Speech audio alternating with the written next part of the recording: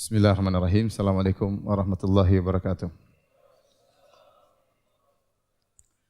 Innal hamdalillah nahmaduhu wa nasta'inuhu wa nastaghfiruhu wa natubu ilaih. Wa na'udzu billahi min syururi anfusina wa min sayyiati a'malina. May yahdihillahu fala mudilla lahu wa may yudlil fala hadiyalah. Wa asyhadu an la ilaha illallah wahdahu la syarikalah. Wa asyhadu anna Muhammadan abduhu wa rasuluhu la nabiyya ba'dah. Ya ayyuhalladzina amanu taqullaha haqqa tuqatih wa la tamutunna illa wa antum muslimun. Ya ayyuhan nasu taqu rabbakumul ladzi khalaqakum min nafsin wahidah wa khalaqa minha zawjaha wa batha minhuma rijalan katsiran wa nisaa'a wattaqullaha alladzi tasaaluna bihi wal arham innallaha kana 'alaikum raqiba. Ya ayyuhalladzina amanu taqullaha wa qulu qawlan sadida yuslih lakum a'malakum wa yaghfir lakum dhunubakum wa may yuti'illaha wa rasulahu faqad faza fawzan 'azima amma ba'd fa in asdaqal hadithi kitabullah wa khairal huda huda Muhammadin sallallahu alaihi wasallam wa syarrul umuri muhdatsatuha wa kullu muhdatsatin bid'ah wa kullu bid'atin dhalalah wa kullu dhalalatin finnar. Hadirin hadirat yang dirahmati oleh Allah Subhanahu wa taala, ikhwan dan akhwat yang dimuliakan oleh Allah Subhanahu wa taala. Alhamdulillah pada kesempatan pagi hari ini kita dipertemukan oleh Allah Subhanahu wa taala untuk saling mengingatkan tentang akhirat.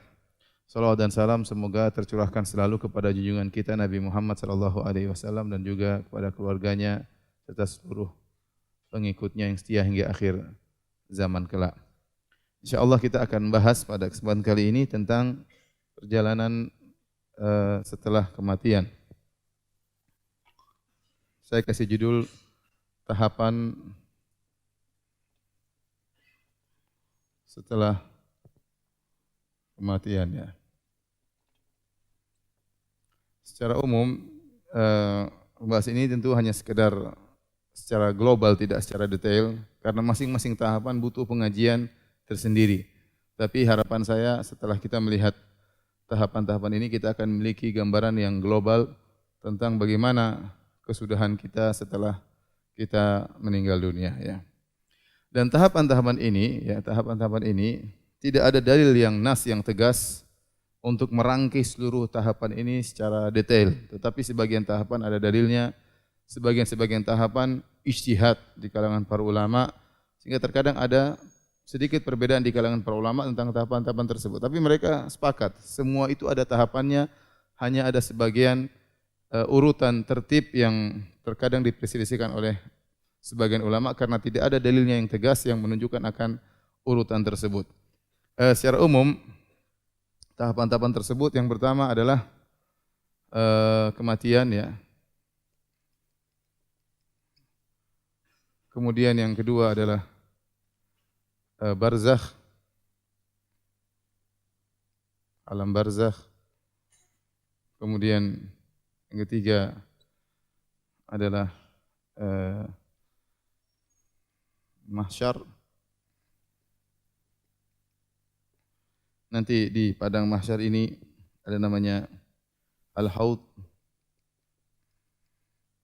Telaga Nabi sallallahu alaihi wasallam. Nanti di sini juga ada Al-Qadha, persidangan.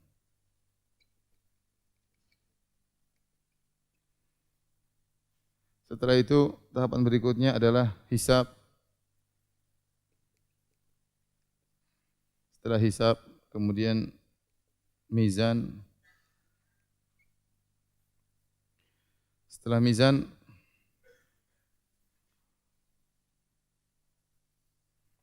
mizan kemudian ada az-zulmah ya. Kegelapan. Setelah zulmah kemudian manusia disuruh lewat sirat atau jembatan.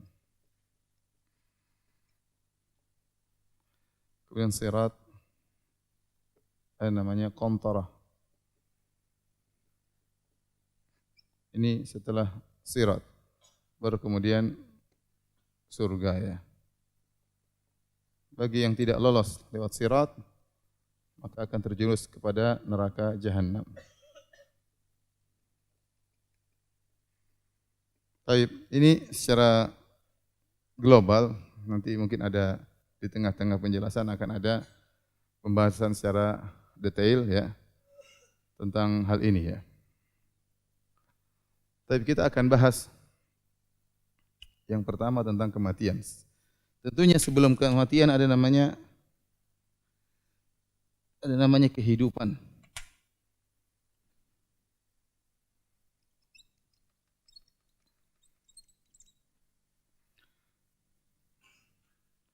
Ada namanya kehidupan.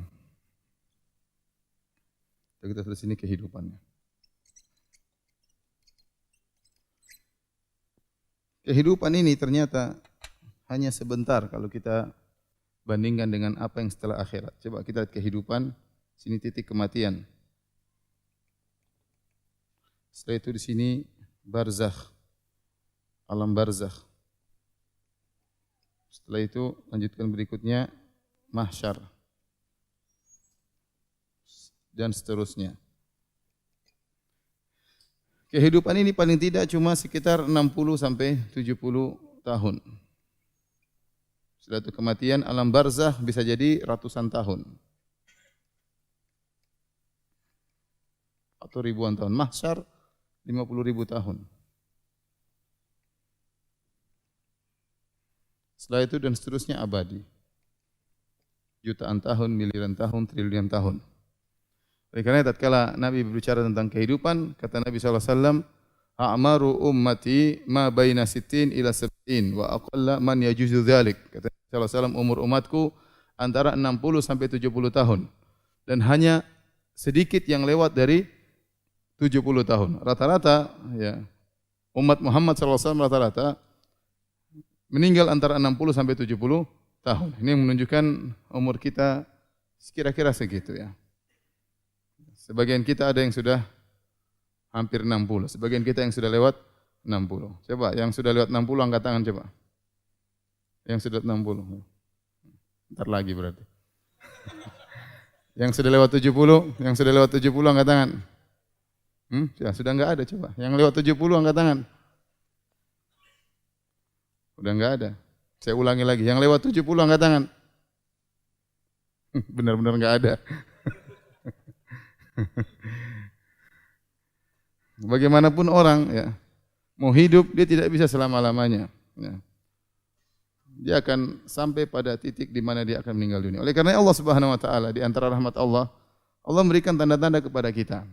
Kita tatkala sudah mulai menua, mulailah semakin lemah tubuh kita, pandangan semakin berkurang, pendengaran semakin tidak tajam, ya. Kemudian tubuh semakin lemah, ya. Akal mulai pikun, banyak ya. Wajah mulai keriput, rambut penuh dengan uban. Kata Allah Subhanahu wa taala, "Wa ja'akumun nadhir," dan telah datang peringatan kepada kalian. Di antara tafsiran para salaf tentang nadhir yaitu uban. Kalau seorang sudah bercermin melihat uban banyak di kepalanya, ini pertanda bahwasanya dia semakin melemah, dan dia akan sampai pada titik di mana dia akan meninggal dunia bertemu dengan Allah Subhanahu wa taala. Kata Allah Subhanahu wa taala, "Aina ma takunu yudrikumul maut." Dimanapun kalian berada, maka kematian akan mengejar kalian. Walau kuntum fi burujim musyayyadah. Meskipun kalian berada di tembok yang kokoh, tidak ada yang bisa selamat daripada kematian. Jangankan kita, raja pun tidak selamat. Ya. Raja yang memiliki kekuasaan yang begitu luas, yang memiliki penjaga yang begitu banyak, bodyguard, tidak ada yang bisa menyelamatkannya. Ya. Mau raja, mau jenderal, mau orang kaya, mau orang miskin sama saja.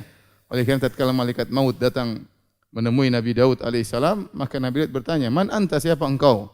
Kata malaikat maut, "Ana alladhi la ahabul muluk wa la yamtani'u minni syai'." Aku adalah yang tidak takut dengan raja siapapun dan tidak ada yang bisa lolos dariku. Itu apa? Kematian. Oleh karenanya, jika telah datang kematian, ya, maka tidak ada yang bisa selamat dari malaikat maut. Masalahnya kita tidak tahu jadwal kematian kita kapan, itu jadi masalahnya. Kita enggak tahu bagaimana kematian kita. Apakah meninggal dalam kondisi husnul khatimah atau tatkala kita sedang lihat hal yang haram, ya, kemudian tiba mau datang beritahuan sebelumnya. Semoga Allah menganugerahkan Baik. Ibu juga ingat ya, ibu juga bukan cuma bapak yang akan meninggal, ibu juga ya. Ya. Ibu juga yang terlalu banyak berias ya. Berias sini apa. Enggak akan berubah peot-peotnya itu ya. Tetap aja waktunya peot, sudah sampai pada derajat top, tua ompong peot, sebentar lagi akan dipanggil oleh Allah Subhanahu wa taala. Baik. Manusia akan melewati suatu fase yang namanya fase kematian. Fase kematian. Jadi antum perhatikan sini, telah saya sebut tadi, kehidupan cuma 60-70 tahun. 50.000 tahun. Apa hubungannya 60-70 dibandingkan fase kehidupan selanjutnya? Kita sudah melewati sebelum kehidupan namanya fase janin. Janin 9 bulan. Ya, sebelum kehidupan namanya apa? Nama janin. Ini cuma 9 bulan. Setelah itu kita masuk dalam fase kehidupan 60-70 tahun. 60-70 tahun. Dibandingkan dengan barzakh ratusan tahun, mahsyar 50.000 tahun, dan selanjutnya triliunan tahun yang tidak ada batasannya, ya abadi selama-lamanya. Maka ternyata 60-70 tahun ini cuma sangat sedikit. Sangat sedikit. Makanya Allah berfirman, ka'annahum yauma yarawnaha lam yalbathu illa 'ashiyatan aw duhaha. Tatkala mereka pada hari kiamat kelak melihat hari kiamat, mereka merasa mereka hidup ini cuma asyiyatan aw duhaha, cuma sebentar, cuma siang, pagi atau cuma sore, sebentar. Dibandingkan dengan apa yang akan datang, hidup mereka cuma sebentar. Dari sini antum harus hati-hati ya. Waktu antum 60-70 tahun ini, ya, setelah dikurangi balik, antum balik 15 tahun, ya, taruhlah umur antum 60 tahun. Dikurangi balik 15 tahun, berarti tinggal berapa? Tinggal 45 tahun. Dikurangi tidur mungkin 20 tahun, ya. Itu tidak, antum tidur 8 jam per hari, sebagian antum 10 jam, tergantung ya. Ada yang 8 jam, ada yang 10 jam. Ya, taruhlah 20 tahun, berarti 60 kurang 15, 45, kurang 20, kurang 15, tinggal 30 tahun lah. Efektif antum untuk beraktivitas cuma 30 tahun. 30 tahun dikurangi ente nonton YouTube, baca WhatsApp, debat sana debat sini, tuduh sana tuduh sini, share berita enggak jelas. Tinggal berapa? Mungkin lebih banyak daripada baca Quran, daripada sholat, daripada ngaji. Taruhlah umur antum benar-benar untuk ibadah. Taruhlah cuma 30 kurang mungkin 10 tahun. Mungkin kurang, mungkin lebih. Taruhlah 15 tahun benar-benar untuk ibadah. 15 tahun untuk ibadah itu yang benar-benar efektif, benar-benar murni untuk ibadah. Itu sangat menentukan nasib antum pada kehidupan selanjutnya. Dari sini antum sadar bahwa setiap detik yang antum lewati itu mempengaruhi derajat antum, kondisi antum di alam barzah, yang ratusan tahun atau ribuan tahun, mempengaruhi kondisi antum bahagia atau sengsara di padang mahsyar. Setiap detik yang antum lewati mempengaruhi nasib antum, kondisi antum bahagia atau sengsara di kehidupan, di mizan, di hisab, di sirat, dan sampai kepada neraka atau surga. Maka seorang berhati-hati berusaha memanfaatkan waktu. Jangan sampai waktunya yang singkat ini dia buang sia-sia, ya, karena waktu tersebut sangat berpengaruh nasib dia di kehidupan selanjutnya. Ya, inilah ya kehidupan. Ya. Tatkala datang kematian, ya, ada dua kemungkinan kematian, kematian baik atau kematian buruk. Allah Ta'ala berfirman tentang para malaikat, wan nazi'ati gharqa. Demi para malaikat yang mencabut nyawa dengan penuh kerasan, ya. Yaitu malaikat yang mencabut nyawanya orang kafir. Ya. Wan nasyitati nashqa. Demi malaikat yang mencabut nyawa dengan penuh kelembutan, ya. Ada dua malaikat, model malaikat mencabut, kadang mencabut dengan keras, kadang mencabut dengan penuh kelembutan, ya. Orang kafir mereka dicabut nyawa dengan keras, namun kita enggak lihat. Ini perkara yang gaib. Kata Allah Subhanahu wa taala, walau tara idh yatawaffal ladzina kafarul malaikatu yadribuna wujuhahum adbarahum wa dhuku adzabal hariq. Kata Allah Subhanahu wa taala, seandainya engkau bisa melihat bagaimana malaikat mencabut nyawa orang kafir dengan begitu kerasnya, dipukul mereka di bagian depan maupun belakang, dipukul oleh nyawa mereka, dipukul oleh malaikat. Namun kata Allah, walau tara, seandainya kau lihat, namun tidak ada yang melihat. Ini perkara yang gaib. Bisa jadi yang dia dapati seorang kafir meninggal dalam kondisi tersenyum, tapi dia dalam kondisi sebenarnya nyawa dia sedang disiksa oleh para malaikat. Itu perkara yang gaib. Karena kalau proses pencabutan nyawa itu bisa dilihat bukan gaib lagi, maka orang semua akan beriman. Setiap kalau orang kafir meninggal ternyata kemudian dicabut, kemudian dia meronta-ronta, kemudian asap keluar dari telinganya, wah itu semua orang akan masuk Islam kalau begitu. Paham? Oleh karena ini perkara yang gaib, ya. Tetapi yakinlah orang-orang yang kafir, yang musyrik, pelaku maksiat, maka mereka akan dicabut nyawa mereka dengan penuh penderitaan. Baik, hadirin yang dirahmati Allah Subhanahu wa taala, kita akan setelah membahas kematian, ya, maka kita masuk pada proses yang kedua yaitu apa? Barzakh. Boleh dihapus ya? Ya, dulu.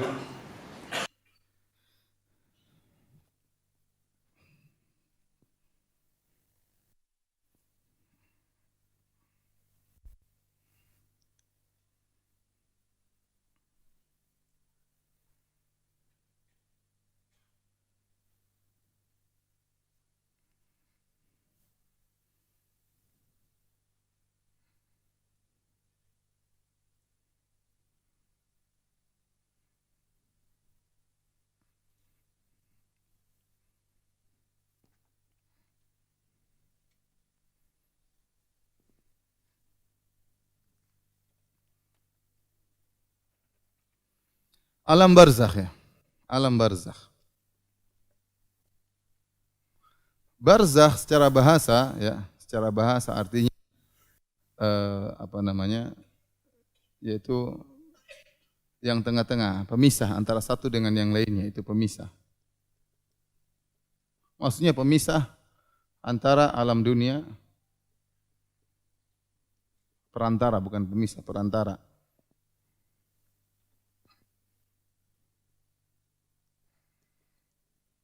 Alam dunia dengan alam akhirat. Alam tersendiri, alam barzakh ini alam tersendiri.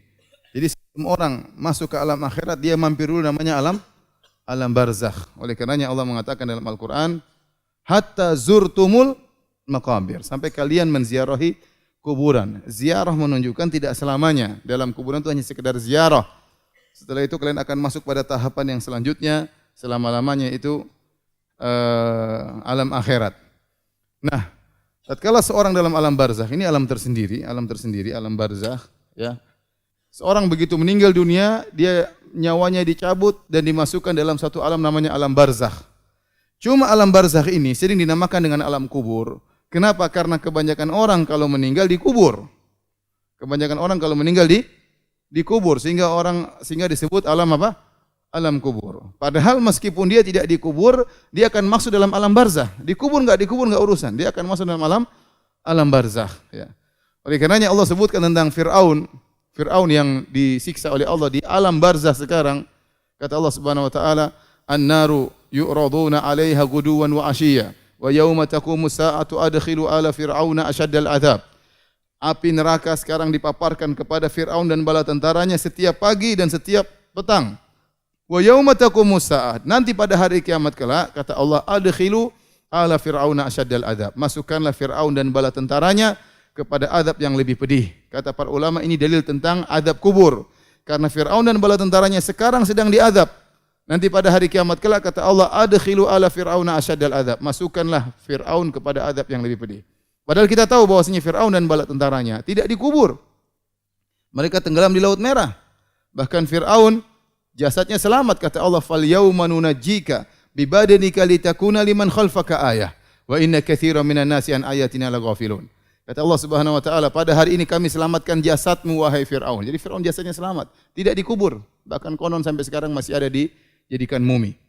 Meskipun dia tidak dikubur jasadnya, dia sedang disiksa sekarang di alam barzakh. Meskipun bala tentaranya tidak dikubur, tenggelam di lautan, mereka sedang disiksa sekarang di alam barzakh. Oleh karena kalau ada seorang kemudian meninggal, misalnya terbakar di pesawat, jasadnya tidak ada. Kemana nyawanya? Masuk dalam alam barzakh. Ada orang dimakan oleh binatang buas, dimakan oleh ikan hiu. Kemana jasadnya? Jasadnya habis. Tetapi dia sedang di alam barzakh sekarang. Betapa banyak orang kafir sekarang, ya, kalau mereka mati, ya mereka langsung dibakar. dibakar. Jasadnya dibakar. Apakah mereka selamat dari alam barzah? Jawabannya tidak. Mereka masuk dalam alam barzah, alam tersendiri, alam perantara antara dunia dengan akhirat. Sama seperti kita di dunia ini kita merasakan namanya alam mimpi. Kita enggak tahu alam mimpi itu di mana. Tapi kita masuk dalam alam tersebut, dan alam tersebut ada namanya alam apa? Alam mimpi. Mau dijelaskan susah. Bagaimana penjelasannya? Tetapi ada suatu alam namanya alam apa? Alam mimpi. Demikian juga namanya alam barzakh. Ya, itulah yang disebut alam barzakh.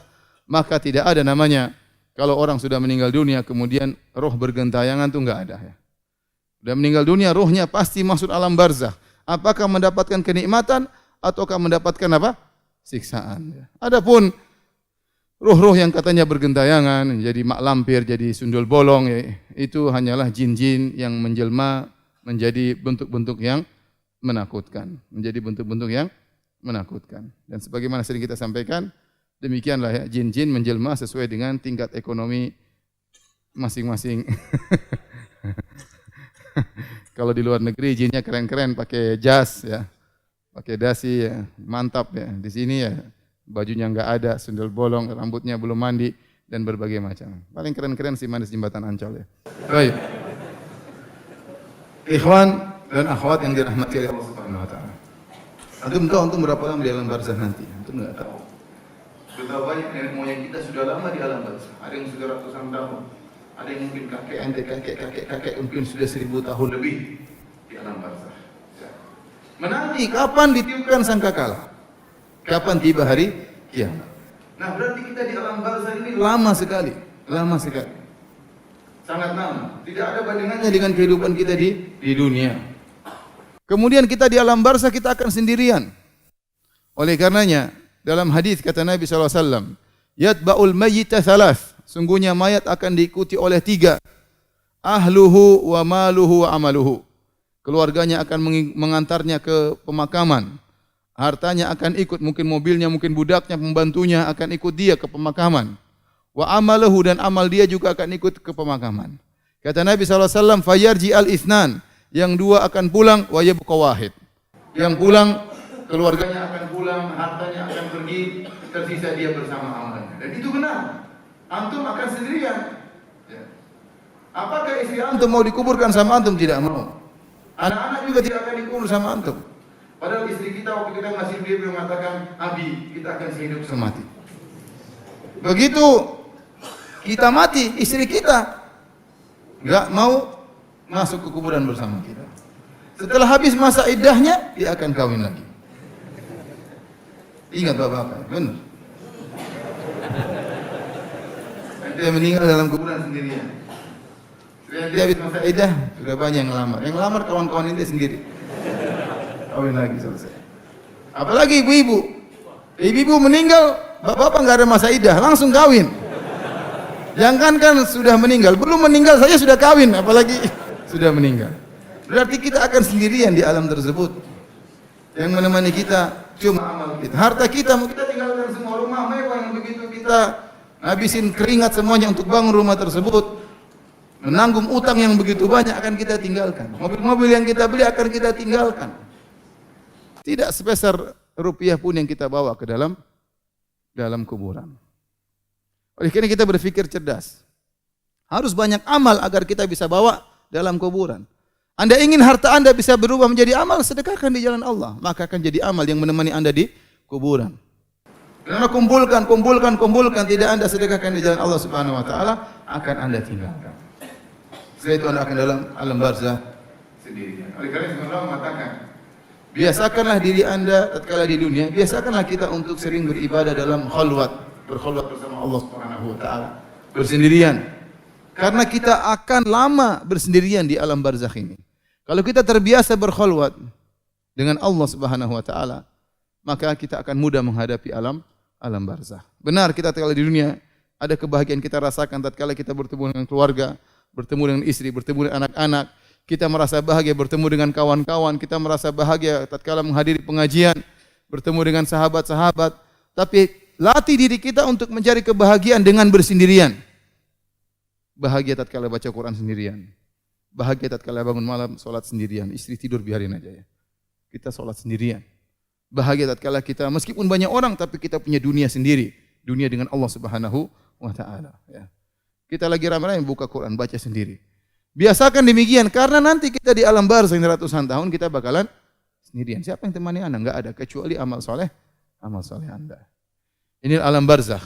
Alam barzakh, jika seorang masuk alam barzakh, maka dia akan mengalami ada dua perkara disebutkan dalam alam barzakh yang disebut dengan fitnah kubur, ya. Ada namanya fitnah kubur.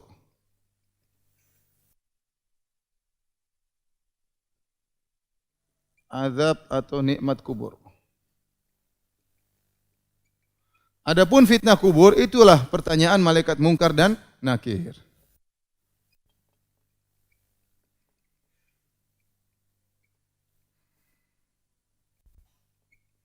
Kata Nabi SAW, "Idza wudi'al abdu fi qabrihi atahu malakani aswadani azraqani fayujlisanihi au yuqidanihi."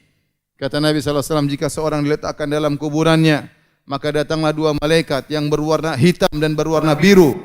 Yuqalu lahu munkar wa nakir, lil akhar munkar wal yuqalu li ahadihima munkar wal akhar nakir. Disebut dengan munkar dan nakir. Munkar dan nakir itu artinya secara bahasa sesuatu yang diingkari, yaitu bentuknya diingkari, mengerikan, hitam dan biru.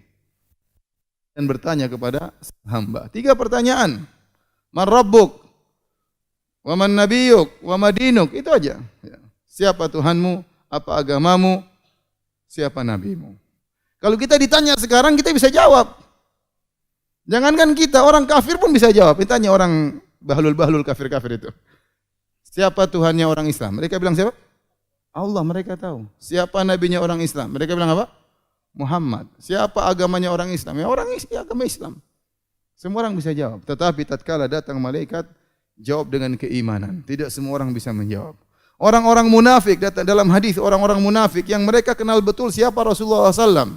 Waktu ditanya oleh malaikat mungkar dan nakir, mereka tidak bisa jawab. Kata mereka, sami'tu nas yaqulun faqultuhu.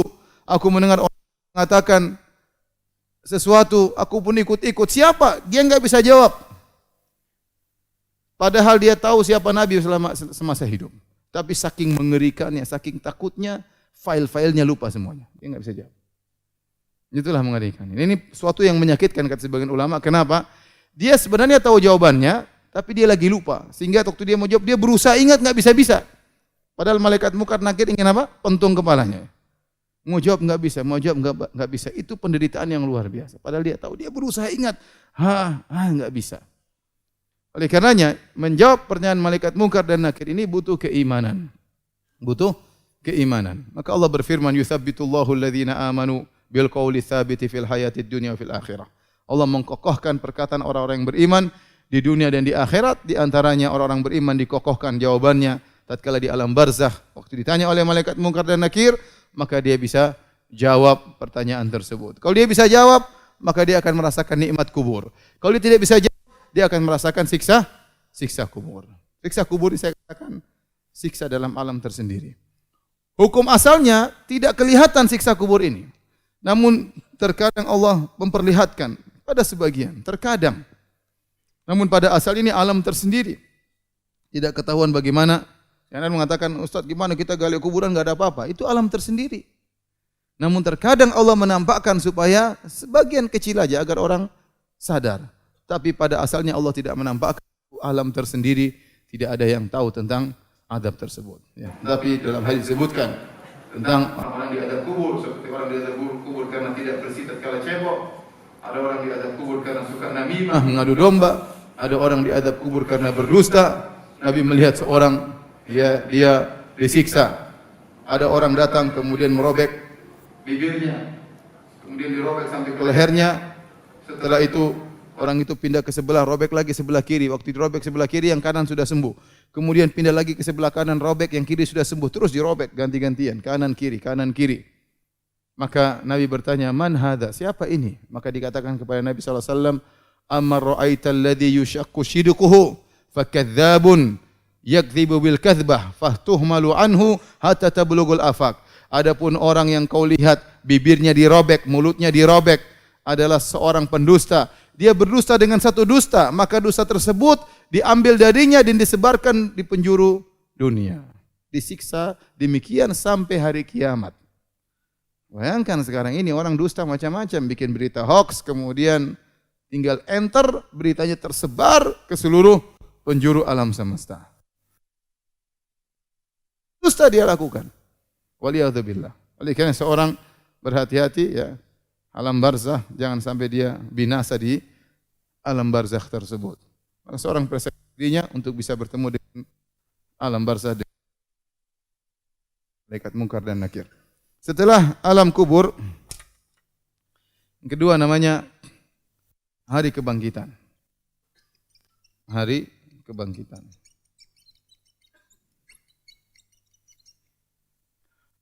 Nah, ada khilaf di kalangan para ulama, apakah hari kebangkitan dimulai dengan 3 tiupan sangkakala atau 2 tiupan sangkakala? Ada khilaf ya. Ada yang mengatakan cuma nafqatan, 2 tiupan sangkakala. Ada yang mengatakan salasa nafkhat.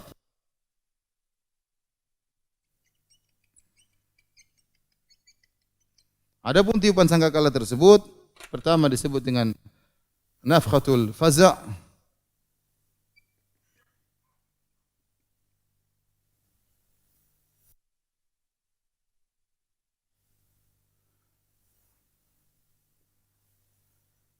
Kemudian nafkhatu sa'aq. Yang ketiga nafkhatu al-ba'ats. Yang pertama disebut dengan tiupan menimbulkan ketakutan. Yang kedua sa'aq yaitu kematian. Yang ketiga bangkitan. Faza yaitu kematian itu sama saja. Jadi ada 2, ada 3 pendapat. Intinya ada 3 model tiup. Man fis samawati man fil ardi, tiupkan sangkakala maka yang di langit dan bumi semuanya ketakutan. Kemudian dalam ayat yang lain wa nufikha fis sur fa sa'iqa man fis samawati man fil ardi illa man syaa Allah. Tsumma nufikha fihi ukhra fa idzahum qiyamun yanzurun. Ditiupkan sangkakala, maka seluruh yang langit dan bumi akan binasa tatkala itu kecuali yang dikecualikan oleh Allah Subhanahu wa taala. Tsumma nufikha fihi ukhra, kemudian ditiupkan kembali fa idzahum qiyamun yanzurun, tiba-tiba mereka bangkit dari kuburan mereka. Nah, antara 2 nafkhatain ini, antara tiupan kematian dan tiupan kebangkitan ini ada jaraknya 40 dalam hadis Abu Hurairah radhiyallahu taala anhu. Baina nafkhatain, antara tiupan pertama tiupan kedua ada 40. Maka ditanya kepada Abu Hurairah, 40 tahun? Abaid, saya tidak tahu. 10 bulan saya enggak tahu. 40 hari tidak tahu. Yang penting ada jarak antara tiupan pertama dengan tiupan yang kedua. Tiupan pertama semua mati. Semua mati. Tiupan kedua manusia dibangkitkan dari kubur. Ya. Di saat itulah maka terjadilah namanya hari kiamat. Ya, hari kiamat. Oleh karena hari kiamat tidak terjadi kecuali pada orang-orang yang syirarul khalq, orang-orang yang terburuk. Di akhir zaman yang masih hidup cuma orang terburuk. Tatkala Ka'bah sudah tidak ada yang tawaf lagi, tatkala Ka'bah sudah dibongkar oleh seseorang, ya. Tatkala tidak ada yang mengucapkan Allah, Allah, la ilaha illallah, maka tibalah hari kiamat. Yang Allah sebutkan tentang hari tersebut dalam banyak ayat, di antaranya kata Allah Subhanahu wa taala, ya ayuhan nasu taqu rabbakum inna zalzalata sa'ati syai'un azim. Wahai manusia sekalian, takutlah kepada Rabb kalian, sungguhnya gempa yang terjadi pada hari kiamat sangatlah dahsyat. Yauma tarawunaha, hari di mana kalian akan melihatnya. Maka ada khilaf di kalangan para ulama. Apakah yang melihat hari kiamat nanti cuma orang-orang di akhir zaman ataukah semua orang akan melihat hari kiamat? Karena Allah mengatakan dalam ayat tersebut, yauma tarawunaha, hari di mana kalian akan melihatnya. Tadhalu kullu murdi'atin amma arda'at wa tada'u kullu dzati hamlin hamlaha wa taran nasa sukara wa ma hum bisukara walakinna adzaballahi syadid. Ada orang yang sedang menyusui anaknya, dia tidak akan pedulikan anaknya. Kita tahu seorang yang paling sayang kepada kasih sayang paling besar kasih sayang ibu terhadap anaknya, terutama anak yang sedang disusui. Namun tatkala tiba hari kiamat tersebut, anaknya akan dia tidak pedulikan. Tidak akan dia pedulikan anaknya. Wa tada'u kullu dzati hamlin hamlaha, wanita yang sedang hamil tiba-tiba keguguran karena saking dahsyatnya hari tersebut. Makanya dalam ayat Allah mengatakan, yauma yaj'alul wildana syiba, hari di mana Allah menjadikan anak-anak jadi beruban, saking takutnya timbul hormon yang luar biasa, rambutnya anak-anak hitam jadi beruban. Hari yang sangat mengerikan. Maka Allah menakut-nakuti manusia dengan hari tersebut. Ya. Ya ayuhan nasu taqu rabbakum inna zalzalata sa'ati syai'un 'adzim. Sungguhnya gempa yang terjadi pada hari kiamat sangatlah dahsyat. Sekarang gempa di bumi aja kita sudah ketakutan luar biasa. Sebagian teman-teman cerita gempa di Jogja, gempa di Palu, ada suara mengerikan yang mereka dengar. Gempa di Lombok, mereka dengar suara yang mengerikan. Apalagi nanti hari kiamat, hari yang sangat dahsyat. Idza zulzilatil ardu zilzalaha. Tatkala bumi digoncangkan dengan sedahsyat-dahsyatnya. Ya, kemudian tatkala itu terjadi perubahan, ya. Bumi digoncangkan, wa akhrajatil ardu asqalaha, bumi mengeluarkan isi perutnya. Ya, kemudian lautan, wa idzal biharu sujirat, tatkala lautan pertama fujirat, lautan keluar meluap. Wa idzal biharu fujirat, tatkala lautan meluap. Tadinya di atas muka bumi ini masih ada daratan, semua lautan keluar. Banjir menyeluruh. Setelah itu wa idzal biharu sujirat, setelah banjir seluruh lautan menjadi api, membakar. Ya, mengerikan pada hari tersebut. Kemudian bumi, langit terbelah, idza samaun syaqqat, idza samaun fatarat, langit terbelah. Wa idzal kawakibun tatharat, bintang-bintang berjatuhan, ya. Langit dilipat oleh Allah Subhanahu wa taala, yauma natwis samaa ka tayyi sijil lil kutub, hari di mana kami lipat langit, dilipat oleh Allah Subhanahu wa taala seperti kami lembaran-lembaran kertas dilipat oleh manusia, dilipat oleh Allah Subhanahu wa taala. Idza samaa'un kushitat, tatkala langit dilepas. Jadi langit sekarang berada pada bingkainya. Pada hari tersebut Allah tarik langit tersebut. Sebagaimana kata para ulama, seperti kulit dari hewan yang dilepaskan dari tubuh hewan tersebut. Ininya hari yang sangat dahsyat. Orang semua ketakutan pada hari tersebut. Kemudian bumi didatarkan. Wa idzal ardu muddat. Tatkala bumi didatarkan, dibentangkan, sebagaimana tafsiran sebagian ulama. Tadinya bumi itu bulat, muddat didatarkan sehingga menjadi luas, cukup untuk seluruh manusia yang dibangkitkan, cukup untuk menempati bumi tersebut, diperluas oleh Allah Subhanahu wa taala. Gunung-gunung ditiadakan, gunung-gunung dicabut kemudian ditabrakkan, hancur. Makanya kata Allah Subhanahu wa taala, wa yas'alunaka 'anil jibal faqul yansifuha rabbi nasfa fayadharuha qa'an safsafa la tara fiha 'iwajan wala amta. Mereka bertanya kepada engkau tentang gunung, katakanlah gunung-gunung tersebut akan dihancurkan oleh Allah Subhanahu wa taala dengan sehancur-hancurnya. Maka kau akan lihat bumi datar, tidak ada gunung, tidak ada lembah. Disitulah manusia akan dibangkitkan.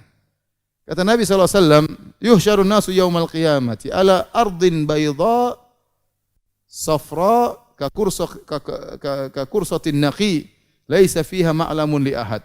Manusia akan dibangkitkan pada suatu bumi, ya, yang datar, ya, tidak ada tanda apapun, tidak ada jalan, tidak ada pohon, tidak ada lorong, tidak ada gunung, tidak ada lembah, datar semuanya. La takhfa minkum khafiyah, tidak seorang pun yang bisa bersembunyi. Kalau di dunia mungkin sembunyi dalam rumah, sembunyi dalam goa. Hari kiamat tidak, semua orang akan dibangkitkan, semua akan nampak, tidak ada yang bisa bersembunyi, ya, dibangkitkan. Sebut dengan namanya padang mahsyar. Baik.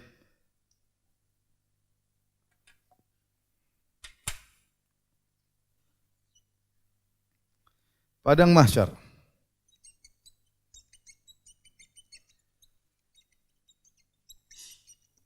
Siapakah yang akan dibangkitkan pada hari kiamat kelak? Semua dibangkitkan. Manusia termasuk juga hewan akan dibangkitkan oleh Allah Subhanahu wa taala. Oleh karena Allah berfirman tentang hewan dibangkitkan oleh Allah Subhanahu wa taala, wa idzal wuhusyu husyirat.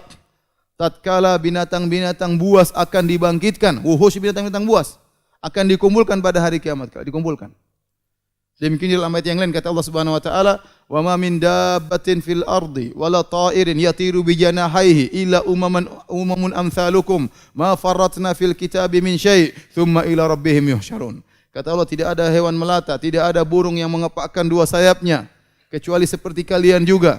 Tidak ada satu pun yang tinggalkan dari Alkitab, kata Allah, thumma ila rabbihim yuhsyarun, kemudian mereka akan dikumpulkan di padang mahsyar. Bukan cuma manusia.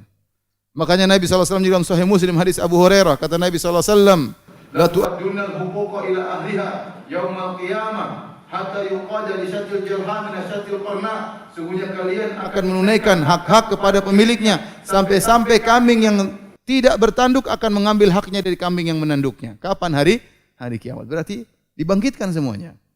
Tetapi mereka setelah dibangkitkan hewan-hewan tersebut, ya, ini mengerikan, bayangkan. Dibangkitkan, ada hewan, ada gajah, ada singa, ada macan berjalan sama antum dikumpulkan. Mengerikan. Nah, hewan-hewan tersebut mereka akan dikisos oleh Allah Subhanahu wa taala, tetapi kisos tersebut tidak berlanjut kepada surga dan neraka, tidak. Mereka hanya dikisos di padang mahsyar.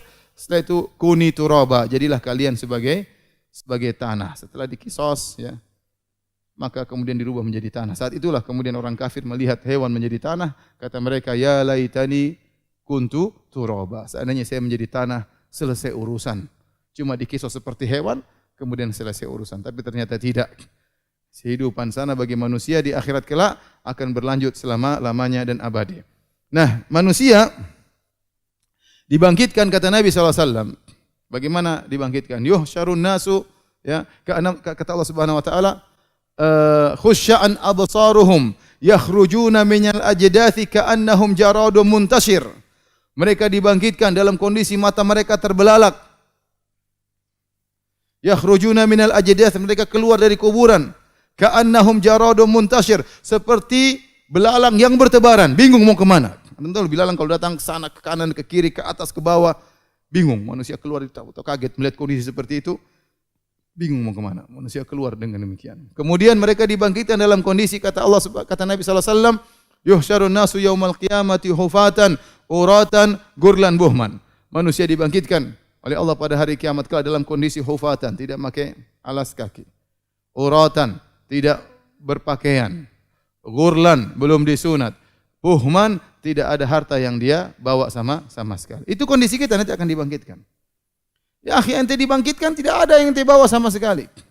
Jangan ente punya harta, sendal aja ente enggak punya tatkala dibangkitkan. Jangankan sendal, baju saja enggak punya. Ya. Maka tatkala manusia dibangkitkan semuanya kondisi demikian. Ya. Tidak ada yang bawa jabatannya, tidak ada yang bawa hartanya, tidak ada yang bawa pangkatnya. Raja-raja semua ketakutan pada hari tersebut. Makanya Allah mengatakan, limanil mulkul yaum. Siapa yang memiliki kerajaan pada hari tersebut? Kata Allah, ana dayyan, anal malik, aku adalah sang raja. Aina mulukul ard, mana raja-raja dunia? Semuanya tiarap, enggak ada yang takut, enggak ada yang berani. Semua takut. Semua jabatan ditanggal, siapapun orangnya. Tidak ada pakai baju tatkala dibangkitkan. Oleh karenanya ikhwan, antum ini hidup dunia, ya, ngumpulin harta banyak-banyak, kalau ente tidak dijalankan karena Allah Subhanahu wa taala, sungguh perkara yang sangat merugi. Ente meninggal tidak bawa apa-apa, bangkit juga tidak bawa apa-apa. Oleh karenanya, tatkala dibangkitkan manusia dalam kondisi demikian, tidak pakai apa-apa, maka Aisyah bertanya, "Ya Rasulullah, ar-rijal wan nisa?" Ya Rasulullah, laki-laki perempuan. "Alaysa yanzuru ba'dhum ila awrati ba'd?" Bukankah sebagian akan melihat aurat yang lain? Kata Nabi SAW, al-amru asyaddu min an yanzura ba'dhum ila awrati ba'd. Perkaranya sangat dahsyat sampai-sampai seorang tidak sempat melihat aurat yang lain. Seperti terjadi waktu kasus terowongan Mina. Orang-orang lari, sebagian pakaian mereka terbuka dan orang tidak pikirkan masalah itu. Bagaimana pikir yang penting bisa selamat. Saking mengerikan pada hari tersebut. Setelah dibangkitkan dalam kondisi demikian, ya. Kemudian baru Allah kasih baju. Yang pertama kasih baju adalah Ibrahim. Kata Nabi SAW, awwalu man yuksa minal khalaiq Ibrahim. Yang pertama kali dikasih baju di antara manusia adalah Nabi Ibrahim alaihissalam. Akhirnya Nabi Ibrahim sebelum nabi-nabi yang lain. Sebenarnya mengatakan kenapa? Karena Nabi Ibrahim waktu dibakar oleh Raja Namrud dan pengikutnya, dibuka bajunya untuk dibakar. Dia pernah ditanggalkan bajunya karena membela tauhid. Maka pada hari tersebut Allah pakaikan dia yang pertama kali baju, yaitu Ibrahim alaihissalam. Adapun orang-orang kafir maka dibangkitkan dalam kondisi terbalik. Umyan wa summan wa bukman, dalam kondisi bisu, dalam kondisi tuli, dalam kondisi tidak bisa melihat. Kemudian di atas kepalanya, jalan di atas kepalanya. Afama yamshi mukibban ala wajhihi, apakah orang berjalan terbalik di atas wajahnya? Maka sahabat bertanya kepada Nabi, "Ya Rasulullah, bagaimana dia bisa berjalan di atas kepala?" Kata Nabi SAW, "Alaysa alladhi amshahu fid dunya ala rijlaihi qadiran ala an yumshiyahu ala wajhihi?" Bukankah Bukankah Allah tatkala di dunia yang mampu buat dia berjalan di atas kedua kakinya, di akhirat mampu buat dia berjalan di atas wajahnya? Tentu mampu. Maka mereka dihina, mereka berjalan di atas kepala mereka, terbalik kakinya. Kenapa? Karena selama ini telah datang ayat-ayat Allah, mereka tidak mau dengar. Mereka mendahulukan kehidupan dunia, mereka mendahulukan hawa nafsu mereka. Mereka hidup berfoya-foya, maka tatkala hari kiamat dibangkitkan dalam kondisi berjalan terbalik kepalanya. Adapun orang beriman terbagi menjadi dua. Ada orang-orang yang taat, ada tukang bermaksiat. Ya.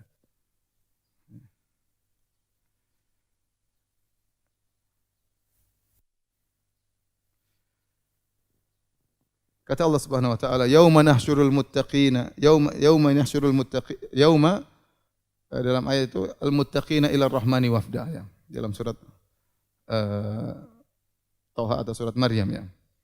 Kami kumpulkan orang-orang bertakwa kepada Ar-Rahman wafda seperti wufud, seperti usan-usan. Ya, yauma nahsyurul muttaqina ar-rahmani wafda wa nasuqul mujrimina ila jahannam wirda ya. Kami kumpulkan orang-orang beriman kepada Ar-Rahman seperti utusan-utusan, dimuliakan. Orang-orang beriman dimuliakan pada hari tersebut. Lihat, kata Nabi sallallahu alaihi wasallam tentang orang yang tukang azan, muadzin. Kata Nabi sallallahu alaihi wasallam, "Atwalun nasi yaumal qiyamah al-muadzinun." Orang yang paling tinggi lehernya pada hari kiamat adalah para tukang azan. Mereka dikumpulkan padang mahsyar, tiba-tiba mereka kelihatan tinggi. Kenapa selama ini dunia mereka mengumandangkan, meninggikan kalimat Allah, meninggikan syahadah Muhammad Rasulullah, mengajak orang untuk salat, maka pada hari tersebut mereka tersohor. Orang-orang yang mati syahid, maka akan keluar dari luka-luka mereka bau yang sangat harum, dibangkitkan dalam kondisi badan mereka masih terluka. Kata Nabi sallallahu alaihi wasallam, "Al-launu launud dam war-rihu rihul misik." Warna-warna darah tetapi harumnya harum seperti minyak kasturi. Jadi tersohor tatkala itu. Orang-orang yang berpuasa, maka keluar dari mulut mereka bau yang sangat harum. Kata Nabi sallallahu alaihi wasallam, "La khalufu famis shaim atyabu indallahi min rihil misik." Sungguh bau mulutnya orang yang berpuasa ya lebih harum di sisi Allah daripada minyak kasturi. Sebagian ulama mengatakan itu tatkala pada hari kiamat. Allah tampakkan orang-orang yang mulia ya. Amal soleh mereka ditampakkan oleh Allah Subhanahu wa taala. Demikian juga orang yang meninggal dunia dalam kondisi sedang ihram.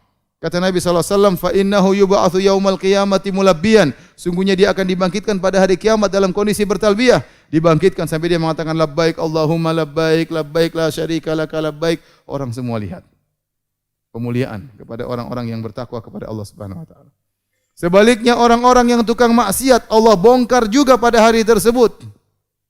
Orang-orang yang sombong. Kata Nabi sallallahu alaihi wasallam, "Yuhsyarul mutakabbiruna yaumal qiyamati ka'amthali dzar fi suwarir rijal yakshahumudz dzul min kulli makan." Sungguhnya orang-orang sombong pada hari kiamat yang merasa besar tubuh mereka selama ini, merasa tinggi jabatannya, merasa tinggi kedudukannya, pada hari kiamat kelak akan dibangkitkan kecil seperti semut bentuknya manusia. Takut diinjak oleh orang-orang di sekitarnya, diliputi dengan kehinaan dari segala sisi, terhina dari segala sisi meliputi dirinya. Kenapa? Di dunia dia merasa tinggi, merasa hebat, hebat dengan hartanya, sombong dengan jabatannya, sombong dengan ilmunya, sombong dengan kekuatannya. Pada hari kiamat kelak dibangkitkan dalam kondisi sangat kecil dan hina. Orang sombong demikiannya. Dia merasa badannya apa? Besar. Pada hari kiamat al-jaza' misal amal, dihinakan oleh Allah Subhanahu wa taala.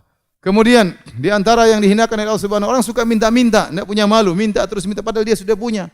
Bukan dalam kondisi terdesak, bukan dalam kondisi darurat, tapi dia selalu minta-minta, enggak punya malu, minta-minta. Kata Nabi sallallahu alaihi wasallam, "La tazalul mas'alatu bi ahadikum hatta yalqallaha yaumal qiyamah wa laisa ala wajhi muz'atu lahmin." Senantiasa seorang tukang minta sampai dia bertemu dengan Allah pada hari kiamat, di mukanya tidak ada daging sama sekali. Ini juga bentuk penghinaan pada orang yang dibangkitkan pada hari kiamat yang bermaksiat kepada Allah Subhanahu wa taala.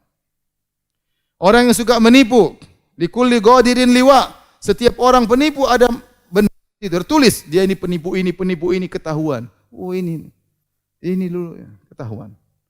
Diperlihatkan, diungkap. Kata Allah, yauma tublas sarair. Hari di mana semua rahasia dibongkar. Orang semua lihat. Dipermalukan oleh Allah Subhanahu wa taala. Termasuk orang yang istrinya dua tidak adil.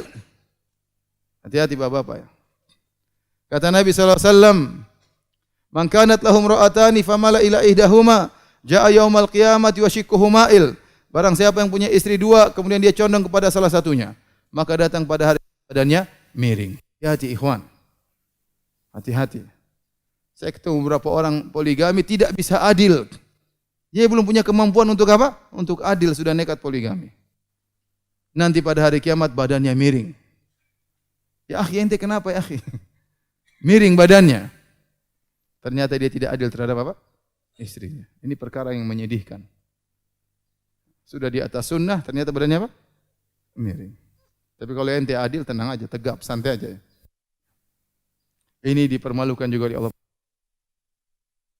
pada hari kiamat tersebut, di namanya padang mahsyar. Nah, di padang mahsyar ini disebutkan oleh sebagian ulama ada namanya al-haud. Al-haud, telaga Nabi sallallahu alaihi wasallam. Ada khilaf di mana telaga Nabi, namun sebagian mengatakan telaga tersebut di padang mahsyar. Kenapa? Orang-orang dalam kondisi sangat haus, matahari dalam jarak 1 mil, keringat bercucuran tiada habis-habisnya. Maka Nabi mengatakan, "Ana faratukum alal haud." Aku menunggu kalian di telaga. Aku pertama datang dan aku menunggu kalian untuk minum telaga Nabi. Likulli nabiyyin haudun. Kata Nabi, setiap nabi ada telaganya. Masing-masing nabi punya telaga di padang mahsyar. Dan Nabi SAW menjaga telaganya. Kalau ada dari selain umatnya yang ingin minum dari telaga Nabi, Nabi usir. Dan Nabi mengetahui umatnya dengan gurran muhajjalina min atharil wudu. Bahwasanya keluar cahaya di tangan-tangan mereka, di wajah-wajah mereka, di kaki mereka karena bekas wudu. Maka yang wajahnya bercahaya, tangannya bercahaya boleh minum dari telaga Nabi SAW. Yang lain minggir, tidak boleh. Hadis tersebut ya disebutkan adalah di padang mahsyar ada namanya al-haud. Kemudian kondisi manusia tatkala itu sangat mengenaskan. Kenapa? Karena matahari dalam jarak 1 mil. Tuduna syams, matahari diturunkan dalam jarak 1 mil.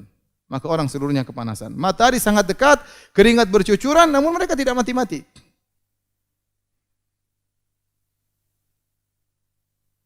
Di saat yang sangat panas tersebut, ada 7 golongan yang Allah naungi, sebagaimana disebutkan dalam hadis, sab'atun yudhilluhumullah fi yaumin la yudhilla illa dhilluh.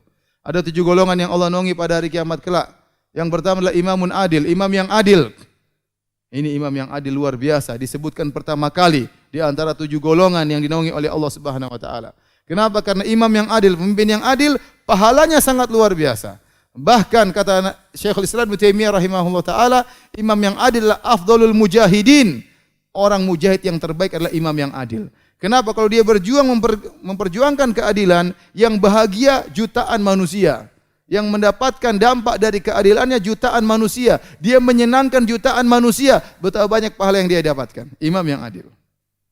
Tetapi kalau dia tidak adil, maka dia binasa.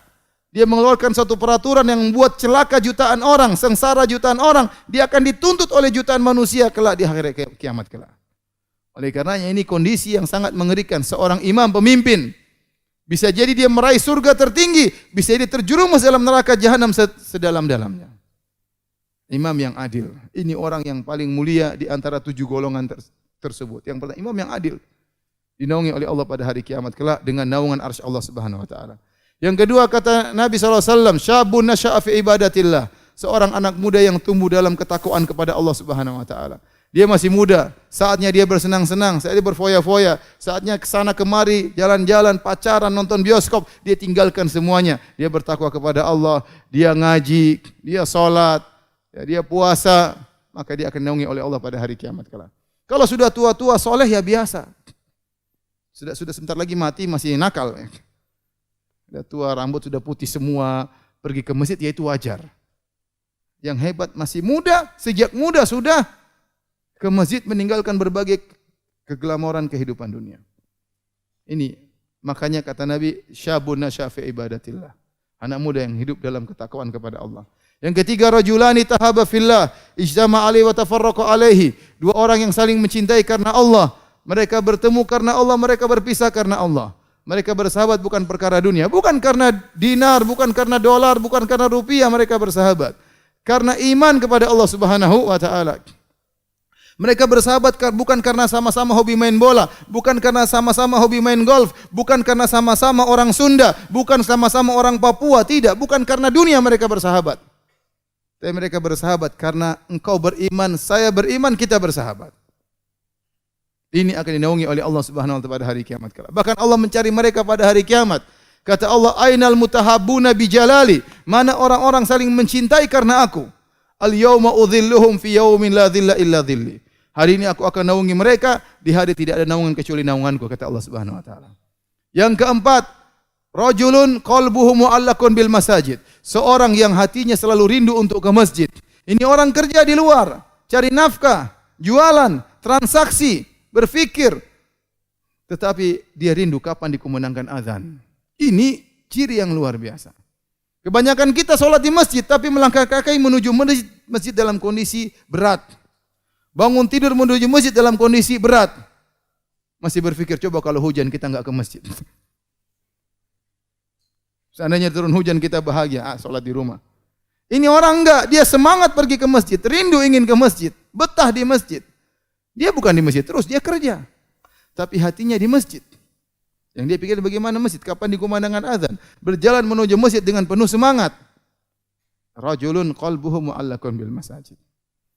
Orang yang hatinya rindu ingin ke masjid. Yang kelima, rajulun da'atum ra'atun dzatu mansibin wa jamalin faqala inni akhafullah. Seorang lelaki yang dirayu oleh seorang wanita cantik dan kaya raya. Kemudian dia berkata, aku takut kepada Allah. Saya rasa antum enggak ada yang seperti ini. Siapa yang ngerayu antum? Pasti miskin, kurang cantik. Ini bayangkan, laki-laki yang diuji, perempuan cantik, kaya raya. Apalagi yang mau dicari laki-laki? Cantik miskin, oke. Kaya enggak begitu cantik, enggak apa-apa. Apalagi tergabung pada wanita tersebut, cantik dan kaya raya. Apalagi yang mau dicari? Kemudian dia yang telepon lagi. Ya akhi, saya ukhti. Goyang. Goyang kita. Kepala goyang, jenggot goyang, semua goyang. Kemudian dia kirim foto. Udah. Kelepak-kelepak lagi-lagi sudah. Tapi dia balas. Ini akhafullah. Saya takut kepada Allah. Maaf, saya blokir ukhti. Masya Allah. Itu baru namanya laki-laki yang bertakwa kepada Allah Subhanahu wa taala. Bukan kemudian ada apa ukhti? Kemudian fotonya disimpan, malam dimurojaahi. Apalagi boleh diomelin istri. Oke juga. Waliyahzubillah. Ini akhafullah. Ini laki-laki hebat, luar biasa. Yang keenam, rajulun tasaddaqa bi yamini fa akhfaha hatta la ta'lama shimalu ma tunfiqu yaminu. Seorang yang berinfak dengan tangan kanannya kemudian dia sembunyikan sampai tangan kirinya tidak tahu apa yang disembunyi oleh tangan kanannya. Setiap dia beramal soleh, dia berusaha bungkus yang tahu. Dia berbakti sama orang tuanya, dia tidak cerita pada siapa-siapa. Dia begitu baik sama istrinya, tidak cerita sama siapa-siapa. Dia bantu anak yatim, dia bantu para janda, dia bantu orang miskin, dia tidak ngomong kepada siapa-siapa. Dia tutup rapat-rapat. Dia ingin hanya Allah yang tahu. Apakah ada orang seperti ini di zaman sekarang ini? Jarang. Kebanyakan orang tukang share sekarang. Semua kegiatan dia share. Kalau ditanya apa yang tidak kau share, hanya sedikit. Mungkin tidak ada, semuanya dia share. Dia mau ini dia share, dia share. Umroh dia foto-foto sebarin. Haji dia sebarin. Dakwah di sana sini dia sebarin. Bantu orang sebarin. Semuanya sebarin. Terus apa yang tersisa? Yang buat Allah Subhanahu wa taala. Oleh karenanya ikhwan, hati-hati. Kalau ingin pahala kita terjamin diterima oleh Allah Subhanahu wa taala, sembunyikan. Yang tahu hanya siapa? Allah Subhanahu wa taala. Latih diri kita untuk sembunyikan. Mau bicara diam, enggak usah cerita. Enggak usah cerita. Setan menggelitik kita untuk cerita, enggak usah cerita, diam. Hanya Allah yang tahu. Yang keenam, rajulun dzakarallah, yang ketujuh, rajulun dzakarallah khalian fafadat ainah. Seorang yang dia bersendirian, dia ingat Allah, maka dia pun menangis karena takut kepada Allah, karena ingat kemaksiatannya, karena ingat keagungan Allah Subhanahu wa taala, maka dia menangis sendirian. Bukan menangis di depan banyak orang, dia sendirian dia menangis. Berarti benar-benar menangisnya ikhlas karena Allah Subhanahu wa taala. Karena ada orang yang menangis bukan karena Allah Subhanahu wa taala. Ada orang yang menangis karena dibuat-buat. Karena ada orang menangis sewa orang bikin nangis supaya suasana membuat nangis. Dia sewa orang, kamu nangis sebelah sana ya. Kamu nangis sebelah sana ya. Di pengajian, kamu nangis sebelah sana ya. Kemudian senang, akhirnya terbuatlah suasana tangisan. Ini bukan nangis karena Allah, ini nangis riya. Ini nangis karena Allah sendirian, dia pun apa? Menangis. Baik, silakan dihapus, saya mau duduk sebentar.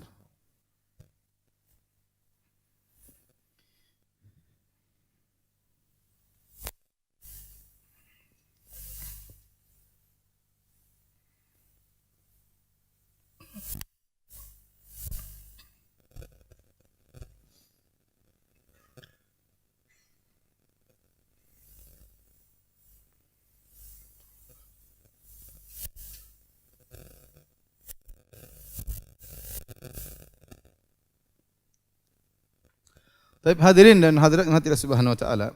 Di padang mahsyar, tatkala manusia dalam kondisi kepayahan, dalam kondisi kesulitan, maka mereka pun mencari solusi. Ingin agar Allah segera datang untuk mulai persidangan. Kalau saya hakimnya enggak datang-datang, sementara dia harus menunggu di luar di bawah terik matahari, pintu enggak dibuka-buka, nunggu terus. Kepanasan. Ya, demikian manusia pada saat itu mereka ingin segera disidang oleh Allah Subhanahu wa taala. Namun Allah tidak datang-datang. Akhirnya mereka pergi ke para anbiya, kepada para nabi. Pertama kali mereka datang kepada Nabi Adam alaihissalam. Mereka mengatakan, "Ya Adam, anta abul bashar, khalaqakallahu biyadayhi wa asjada laka malaikatah. Ama tara ma nahnu fih? Ala tashfa' lana inda rabbik?" Kata mereka, wahai Adam, engkau adalah nenek moyang kami, manusia yang pertama. Allah ciptakan engkau dengan kedua tanganmu, kedua tangannya. Jadi mereka memuji Nabi Adam. Allah ciptakan engkau dengan kedua tangannya. Allah menyuruh malaikat kami. Tidakkah kau beri syafaat kepada kami agar Allah segera datang mulai persidangan? Kata Adam alaihissalam, nafsi nafsi. Saya juga butuh dengan syafaat. Saya juga tidak tahu diri saya bagaimana. Allah telah melarang saya mendekati sebuah pohon dan saya langgar. Nafsi nafsi, saya juga butuh dengan syafaat. Idhabu ila ghairi, pergilah kepada nabi yang lain. Idhabu ila Nuh, pergilah kepada Nabi Nuh. Nabi Adam berkata, inna rabbi qad ghadiba al-yawma ghadaban lam yaghdab mithlahu qablahu wala ba'dahu. Sungguhnya Rabbku sedang murka pada hari ini, tidak pernah Allah murka sebelumnya seperti ini dan tidak murka sudahnya seperti ini. Dan sungguhnya Allah telah melarang aku mendekati suatu pohon dan aku melanggar. Aku juga butuh syafaat, pergilah kepada nabi yang lain. Maka mereka pun pergi menuju Nabi Nuh. Manusia minta kepada Nabi Nuh untuk beri syafaat. Nabi Nuh juga tidak bisa kasih syafaat. Kata Nabi Nuh, idhabu ila ghairi, pergilah kepada nabi yang lain. Pergilah mereka kepada Nabi Ibrahim. Nabi Ibrahim minta uzur, saya pernah berdusta 3 kali, kata Nabi Ibrahim. Padahal dia adalah Khalilur Rahman, kekasih Allah. Ya Ibrahim, anta Khalilur Rahman, kekasih Allah. Kata Nabi Ibrahim, pergilah kepada yang lain. Pergilah mereka kepada Nabi Musa alaihissalam. Nabi Musa dipuji, kalimullah, engkau yang berbicara kepada Allah langsung. Dan seterusnya pujian-pujian. Kata Nabi Musa, waqad qataltu nafsan lam umar biqatliha. Sungguhnya aku telah membunuh satu jiwa yang aku tidak diperintahkan membunuhnya. Aku pernah salah. Idhabu ila ghairi, pergilah kepada selainku. Pergilah kepada Nabi Musa, Nabi Isa juga i'tizar, minta maaf tidak bisa membantu mereka. Akhirnya mereka pergi kepada Nabi Muhammad sallallahu alaihi wasallam. Itulah kemudian Nabi Muhammad mengatakan, ana laha, aku yang akan beri syafaat bagi kalian. Maka Nabi Muhammad sallallahu alaihi wasallam kemudian sujud dengan sujud yang sangat lama agar Allah memberikan syafaat kepada manusia agar dimulai persidangan. Nabi sujud lama, Nabi puji Allah dengan pujian-pujian yang begitu indah. Yang kata Nabi sallallahu alaihi wasallam, bimahamid, ya, dengan pujian-pujian, la uhsinaha al-an. Sekarang aku belum bisa mengetahui pujian-pujian tersebut. Tetapi nanti pada saat aku sujud, Allah ajarkan kepada Nabi dengan pujian-pujian yang Nabi memuji Allah dengan pujian-pujian tersebut. Sekarang ini Nabi tidak tahu pujian-pujian tersebut bagaimana caranya. Setelah itu kata Allah Subhanahu wa taala, ya Muhammad irfa' ra'sak, wahai Muhammad, angkatlah kepalamu, wasal tu'tah, dan mintalah kau akan diberikan, wasfa' tusyaffa, dan berilah syafaat dan kau akan diberi syafaat. Itulah maqamah mahmuda. Ya, maqam yang mulia pada hari tersebut. Yang kata Allah Subhanahu wa taala, wa minal laili fatahajjad bihi nafilatan lak asa ayyab'atsaka rabbuka maqaman mahmuda. Dan di antara sebagian malam bangunlah engkau untuk salat tahajud sebagai tambahan ibadah bagimu. Semoga Allah akan membangkitkan engkau wahai Muhammad pada kondisi yang sangat mulia, yaitu tatkala di padang mahsyar. Di sinilah nampak kemuliaan Nabi sallallahu alaihi wasallam. Kenapa? Karena seluruh nabi menolak, tidak bisa beri syafaat. Semuanya enggak pede, semua mengingat kesalahan mereka, semua mengingat dosa-dosa mereka. Cuma Nabi yang berani kemudian sujud dan akhirnya datanglah Allah Subhanahu wa taala. Syafaat Nabi tersebut adalah untuk mulai persidangan. Setelah manusia menunggu dalam waktu yang sangat lama. Maka setelah itu datanglah Allah Subhanahu wa taala, wa jaa rabbuka wal malaku saffan saffa. Maka datanglah Rabbmu dan malaikat bersaf-saf. Datanglah Allah Subhanahu wa taala. Dan mulailah persidangan. Dimulailah persidangan pada hari tersebut. Yang pertama disidang oleh Allah Subhanahu wa taala di antara manusia, ya, adalah fid dima, masalah darah. Si fulan pernah membunuh si fulan, maka mereka lapor di hadapan Allah Subhanahu wa taala, "Ya Allah, hadza qad qatalani." Ini fulan pernah bunuh saya tatkala di dunia. Dia lapor kepada Allah Subhanahu wa taala, disidang. Semua persengketaan akan disidang pada hari tersebut. Ya Allah, si fulan mengambil tanahku. Ya Allah, masalah darah, masalah harta disidang oleh Allah pada hari tersebut. Dan kalau Allah sudah menyidang, tidak ada yang bisa lolos pada hari tersebut. Tidak ada yang bisa lari kanan, lari kiri. Tidak ada pengacara pada hari tersebut, tidak ada. Allah yang sidang dan Dia adalah seadil-adilnya hakim pada hari tersebut. Ya. Taib, setelah disidang, ya. Oleh karenanya ikhwan, hati-hati, ente jangan sampai meninggal dunia dalam kondisi menzalimi orang. Kalau ente bisa meninggal dunia dalam kondisi tidak menzalimi orang, kata para ulama, khafif adh-dhahr, khamis al-batan, dalam kondisi ringan tanggungan, tidak ada beban yang hak orang lain yang ente pikul, khamis al-batan, dalam kondisi perut kosong, tidak ada makanan haram yang kau makan, maka lakukanlah. Lakukanlah. Yang paling penting jangan sampai menzalimi orang lain. Kata Sufyan ats-Tsauri, wa antal qallaha bisab'ina dzamban fima bainaka wa bainallah ahwanu 'alaika min antal qahu bi dzambin wahidin fima bainaka wa bainal ibad. Engkau bertemu dengan Allah dengan bawa 70 dosa antara engkau dengan Allah lebih ringan daripada kau bertemu dengan Allah dengan bawa satu dosa kau zalimi orang lain. Hati-hati. Kata Imam Syafi'i, bi'saz zat ilal ma'ad al-udwanu 'alal ibad. Seburuk-buruk bekal menuju akhirat adalah berbuat zalim kepada orang lain. Mengerikan. Ada kawan saya yang kemarin baru cerita. Kata dia, Ustaz, ini cerita ini kalau bikin bisa dibuat sinetron katanya. Dia cerita, jadi kakeknya meninggal dunia, meninggalkan harta warisan, dibagi-bagi. Di antaranya buat bapaknya. Kemudian di antaranya buat kakak-kakak saudara-saudara yang lain. Setelah dibagi, mereka hidup lama di situ, tiba-tiba di suatu hari datanglah ada orang kafir datang kemudian merebut tanah tersebut. Ternyata sertifikatnya digadaikan oleh saudara-saudara 8 orang. Menggadaikan sertifikat tersebut kepada orang kafir dan akhirnya dijual kepada orang kafir. Mungkin belum balik nama. Intinya ada masalah, akhirnya tanahnya mau diambil. Maka bapaknya berkata kepada saudara-saudara 8 orang. Kalian tahu ini kan tanah hak saya. Kalian tahu. Mereka kemudian kata dia, Taib, kalian boleh ambil, tapi kalian tahu ini kezaliman, ini zalim. Kalian berani ngambil ini, tidak takut sama Allah. Kata saudara-saudaranya, enggak apa-apa, kita mau ambil. Akhirnya kata bapaknya, silakan ambil. Subhanallah, kata teman saya ini, setelah itu 8 orang ini semuanya meninggal dalam kondisi buruk semuanya. Tidak langsung tapi bertahap, tidak terasa. Orang kalau sudah zalim terkadang terjerumus dalam kemaksiatan dia tidak sadar. Kenapa? Akibat kezalimannya. Dia merasa dirinya benar, padahal dia zalim. Orang lihat semua dia ngawur, tapi tidak sadar kenapa dia zalimi orang. Hati-hati ikhwan. Ente jangan sampai makan harta orang lain dengan kezaliman. Ente jangan sampai menuduh orang lain yang tidak-tidak. Ente jangan sampai menjatuhkan harga diri orang lain tanpa hak. Jangan ambil sepeser pun harta orang lain, mengerikan. Apa kata Nabi SAW? Man akhadha minal ardi shibran zulman, barang siapa yang mengambil tanah orang lain meskipun sejengkal dengan kezaliman, tuwiqahu yaumal qiyamati sab'a aradin, maka dia akan dipikulkan 7 lapis bumi pada hari kiamat kelak. 1 jengkal dia ambil tanah orang. Lagi dengan matok tanah orang 1 hektar, mengerikan. 1 jengkal saja dia akan binasa. 1 binasa. Nabi SAW mengatakan barang siapa yang mengambil sepeser harta saudaranya dia akan masuk neraka jahanam. Maka sahabat berkata, walau qadhiban min arak, ya Rasulullah, meskipun hanya hanya satu siwak, satu batang siwak. Kata Nabi, walau qadiban min arak. Meskipun hanya satu siwak. Hati-hati. Jangan ambil harta orang. Musibah pada hari kiamat kelak. Ente akan disidang oleh Allah dan tidak bisa lari pada hari tersebut. Adapun maksiat ente dengan Allah Subhanahu wa taala, pada asalnya Allah Maha Pengampun, tapi maksiat ente dengan orang lain, Anda menzalimi orang lain, pada asalnya dia akan nuntut pada hari kiamat kelak. Setelah disidang, maka masuk pada namanya hisab.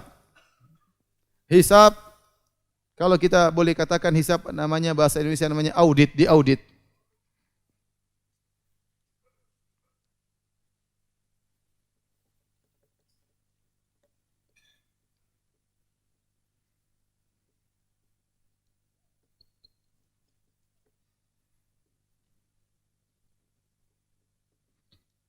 Hisab ada dua. Kalau kita mau artikan bahasa Indonesia, itu Allah mengaudit, ya. Diperiksa. Tujuan hisab adalah untuk mengklasifikasikan. Tujuannya untuk mengklasifikasikan.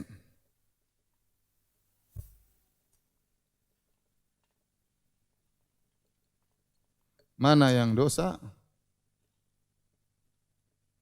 mana yang pahala.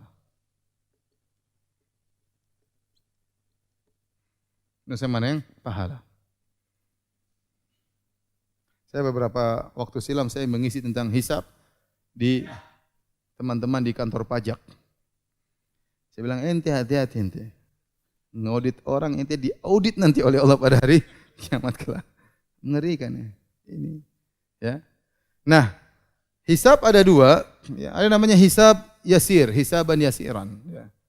Allah, Nabi SAW pernah berdoa, Allahumma hasibni hisaban yasiran. Ya Allah, hisablah aku dengan hisab yang ringan. Allah sebut dalam Al-Quran, fa amman utiya kitabahu biyaminihi fasawfa yuhasabu hisaban yasira. Adapun orang yang diberikan, maka dia akan dihisab dengan hisab yang ringan. Ya, akan dihisab dengan hisab yang ringan. Wa amman utiya kitabahu bishimali. Adapun orang yang diberi catatan amal dengan tangan kirinya, ya. Fasawfa yad'u subura, ya. Wara'a dhahri. Adapun orang dihisab dengan diberikan catatan amalnya dari belakang, fasawfa yad'u subura, maka dia akan menyeru dengan kecelakaan. Taib, hisab yasir untuk orang yang beriman. Adapun metodenya, Allah Subhanahu wa taala yudinil mu'min, Allah dekatkan seorang mukmin antara Allah dengan dia saja. Kemudian fayadau ala kanafihi, kemudian Allah tidak ada yang lihat, hanya dia dengan Allah Subhanahu wa taala. Setelah itu Allah buka catatan. Allah mengatakan, bukankah kau pernah melakukan demikian dan demikian? Allah tampakkan sebagian dosa-dosanya. Maka dia berkata, na'am, benar ya Allah. Kau pernah begini? Na'am ya Rabb, benar. Ya. Kemudian dia mengakui dosa-dosanya. Setelah itu Allah berkata, ya, waqad satartuhu 'alaika fid dunya. Waktu di dunia aku menutupi aibmu ini, dan sekarang aku akan ampuni dosa-dosamu. Ini namanya hisaban yasiran. Kata para ulama, hisaban yasiran, hisab yang ringan, tidak semua dibongkar oleh Allah Subhanahu wa taala. Allah hanya kasih sampel-sampel, kemudian Allah ampuni. Semoga kita dihisab dengan hisab yang ringan. Yang lebih enak lagi, tidak usah dihisab, langsung masuk surga. Ya, kemarin ada kawan cerita, dia mau menikah lagi, maka dia laporkan ke istrinya, sayang saya mau nikah lagi.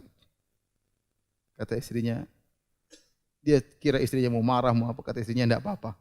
Masya Allah, tidak apa-apa. Tapi syaratnya kau doakan saya supaya saya masuk surga tanpa hisab. Kalau gitu gampang ya. Tapi ini hisab, kalau orang hisab ini mengerikan. Kalau orang bisa masuk surga tanpa hisab, Masya Allah, luar biasa. Ya. Tapi paling tidak kalau kita dihisab, maka hisaban apa? Yasiran, hisab yang ringan. Tidak memalukan di hadapan khalayak. Hisab cuma sekilas, kemudian Allah ampuni. Kedua, munaqasyah. Munaqasyah ini Hajar rahimahullah ta'ala. Yang itu kata Nabi SAW, man nuqishal hisab uzib. Barang siapa dimunaqasyah, disidang oleh Allah Subhanahu wa taala, uzib, maka dia akan tersiksa. Dia tersiksa tatkala dihisab dengan detail. Orang pelaku maksiat, Ya, dihisab dengan hisab yang detail. Dia akan tersiksa dari dua sisi. Pertama, tersiksa tatkala dibongkar aib-aibnya. Ya. Yang kedua, disiksa nanti akan dimasukkan dalam neraka jahanam. Dan antum tahu apa yang akan antum dihisab? Harta yang akan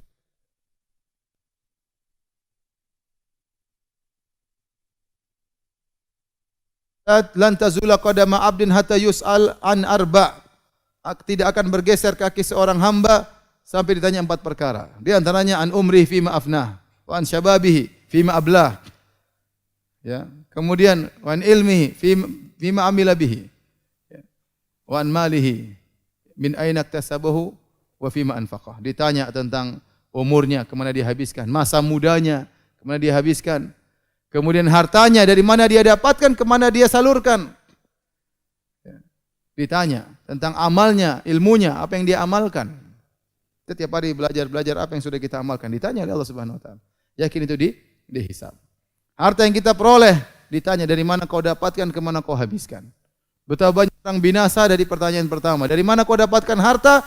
Sudah binasa banyak orang dengan cara haram, dengan cara ini menipu, berbohong, manipulasi dan macam-macamnya. Ya. Yang kedua, kalaupun dia dapat harta yang halal, di mana dia habiskan? Wah, ini juga jawabnya susah ini. Buat beli ini, buat enggak ada yang manfaatnya macam-macam, jalan sana, jalan sini, ngabisin ini, ngabisin. Ini juga setengah mati jawabannya. Semakin orang banyak harta, semakin lama hisabnya. Makanya dalam hadis disebutkan, inna fuqara ummati yadkhulunal jannata qabla al-aghniya bi 500 am. Sungguhnya orang-orang miskin dari umatku masuk surga 500 tahun sebelum orang-orang kaya. Kenapa orang-orang kaya hisabnya kepanjangan, lama? Tertunda. Makanya antum yang miskin-miskin, alhamdulillah ala kulli hal. Hisabnya cepat. Hisabnya cepat. HP cuma satu, itu pun HP jadul. Hisabnya cepat. HP 2, HP-nya semua smartphone, isinya macam-macam, repot. Berapa banyak yang sudah kita lihat, berapa banyak tayangan YouTube yang kita nonton, betapa banyak aurat wanita yang kita lihat di situ, betapa banyak gibah namimah yang kita baca di situ, semuanya dihisab. Itu bicara HP, belum yang lainnya. Oleh karenanya, hisab ini, kalau kita dapat hisab yang ringan, alhamdulillah, cepat selesai. Kalau hisab yang munaqasyah, maka akan dihisab oleh Allah secara detail. Seorang bertakwa kepada Allah, hati-hati. Ya, persiapan di bahwasanya apa yang dilakukan semuanya akan dihisab oleh Allah Subhanahu wa taala. Setelah dihisab, maka kemudian diklasifikasikan mana yang maksiat dan mana yang merupakan kebaikan, ya. Allah sebutkan dalam Al-Qur'an tentang orang yang dihisab. Ya, fa amman utiya kitabahu bi yaminih. Adapun orang yang diberikan catatan amal dengan tangan kanannya. Sebelum dia hisab diberikan catatan amal dengan tangan kanannya, kemudian dibuka. Iqra kitabak, bukalah, bacalah catatanmu. Kafa bi nafsikal yauma 'alaika hasiba. Kau juga akan menghisab dirimu. Dibuka catatan amal, dia baca. Adapun orang yang menerima catatan amal dengan tangan kanan, ya, menerima catatan amal dengan tangan kanannya, itu adalah hari kegembiraan baginya. Wa yaqulu ya wa amman utiya kitabahu bi yaminih. Ya. Fa yaqulu ha umqra'u kitabiyah. Dia mengatakan, lihatlah bagaimana catatan amalku. Dia bangga di hadapan yang lainnya. Inni dhanantu anni mulaqiyah. Saya dulu di dunia, saya yakin saya akan bertemu dengan Allah Subhanahu wa taala. Fa huwa fi isyatir radiyah. Maka dia akan masuk surga dengan kehidupan yang dia senangi. Fi jannatin aliyah, di surga yang tinggi. Kutufu hadaniyah, yang di mana dahan-dahan buah-buahnya dalam kondisi mudah untuk dipetik, rendah. Jadi inilah hari di mana orang tatkala diberi catatan amal, seakan-akan dia menerima raport dari kegiatan dia selama di dunia. Maka orang yang menerima catatan amal dengan tangan kanan, dia bangga. Dia mengatakan, ha umqra'u kitabiyah, bacalah catatan amalku. Dia bangga. Hari yang menyenangkan bagi dia. Dia bangga, dia lihatlah catatan amalku. Kenapa saya berhasil ini? Dulu saya yakin bertemu dengan Allah Subhanahu wa taala. Maka Allah berikan dia kehidupan yang bahagia. Kita aja kalau lulus senang lihat syahadah, dapat nilai tinggi, cum laude, kita bangga. Apalagi raport akhirat, itulah catatan amal kita. Wa amma man utiya kitabahu bishimalih. Fa yaqulu ya laitani lam uta kitabiyah. Adapun orang yang menerima catatan amal dengan tangan kirinya, Dia dapat catatan amal dengan tangan kirinya, maka dia tahu dia akan binasa. Fayaqulu ya laitani lam uta kitabiyah. Seandainya aku tidak diberi catatan amal, rapotku saya tidak mau terima. Rapot isinya terbakar semua. Walam adri ma hisabiyah, saya tidak tahu apa isinya, mengerikan, dia takut. Ya laitaha kanatil qadhiyah, seandainya saya mati hari ini, biar selesai urusan. Oh, enggak, berlanjut. Ma agna anni maliyah, hartaku tidak bermanfaat. Halaka anni sultaniyah, kekuasaanku, jabatanku tidak ada semuanya. Semua sudah tiada, semua sudah sirna. Dulu di dunia bangga dengan jabatannya, bangga dengan hartanya, percuma, tidak ada manfaatnya pada hari kiamat kala. Kalau dia terima catatan amal dengan tangan kiri, binasa dia. Dalam ayat yang lain kata Allah, wa amma man utiya kitabahu wara'a dhahri. Adapun orang menerima catatan amal dengan dari belakangnya, fasaufa yad'u subura, maka dia akan berteriak-teriak celaka aku. Wa yasla sa'ira, dia akan masuk dalam neraka jahanam. Innahu kana fi ahlihi masrura, dia dulu di dunia hanya senang-senang saja di rumahnya, senang-senang berfoya-foya. Innahu dhanna alla yahur, dia menyangka dia tidak akan dikembalikan, dia menyangka tidak akan dihisab. Orang tukang maksiat kan begitu. Kumpulan duit, senang-senang jalan sana jalan sini, berhura-hura, minum khamar, bermaksiat, seakan-akan tidak dihisab. Cari uang lagi, berfoya-foya lagi, senang-senang di rumahnya. Senang sama istrinya, senang dengan maksiatnya, sedang musik-musikan, joget-jogetan, itu kegiatan mereka. Lupa bahwasanya dia akan dihisab oleh Allah Subhanahu wa taala. Lupa bahwasanya dia akan mati, dikembalikan oleh Allah Subhanahu wa taala.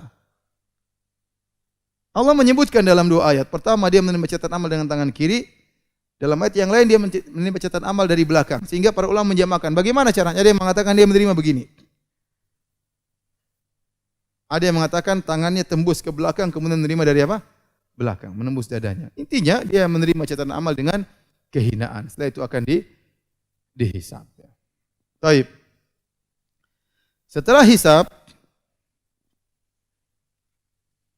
kemudian mizan.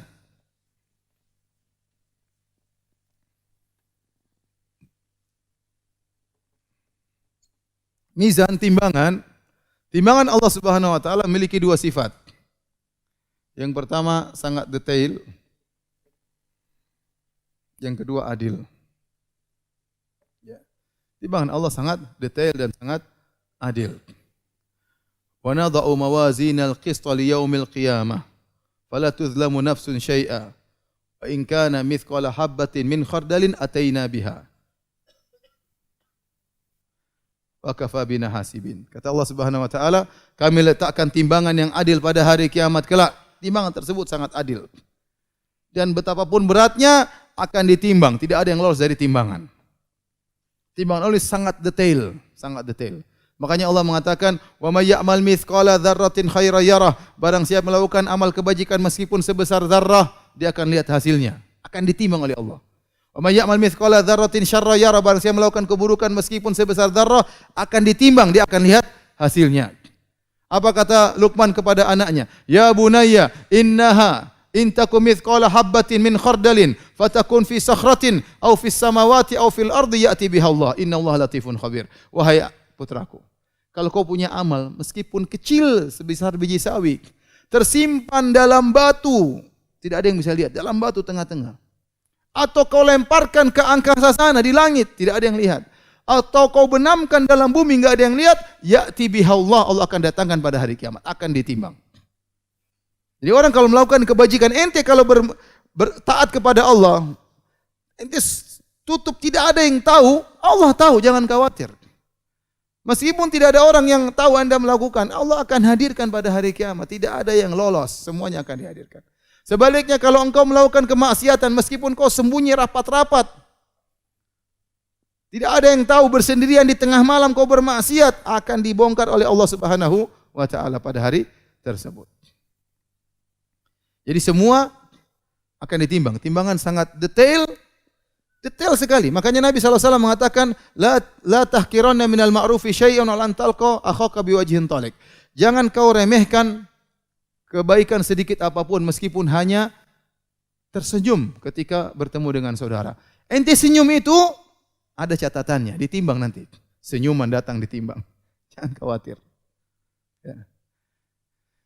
Fattaqun nar walau bisyaqqit tamrah. Takutlah kepada neraka jagalah dirimu dari neraka jahanam meskipun hanya menyumbang setengah korma. Kalau enggak punya apa kecuali setengah korma, sumbang.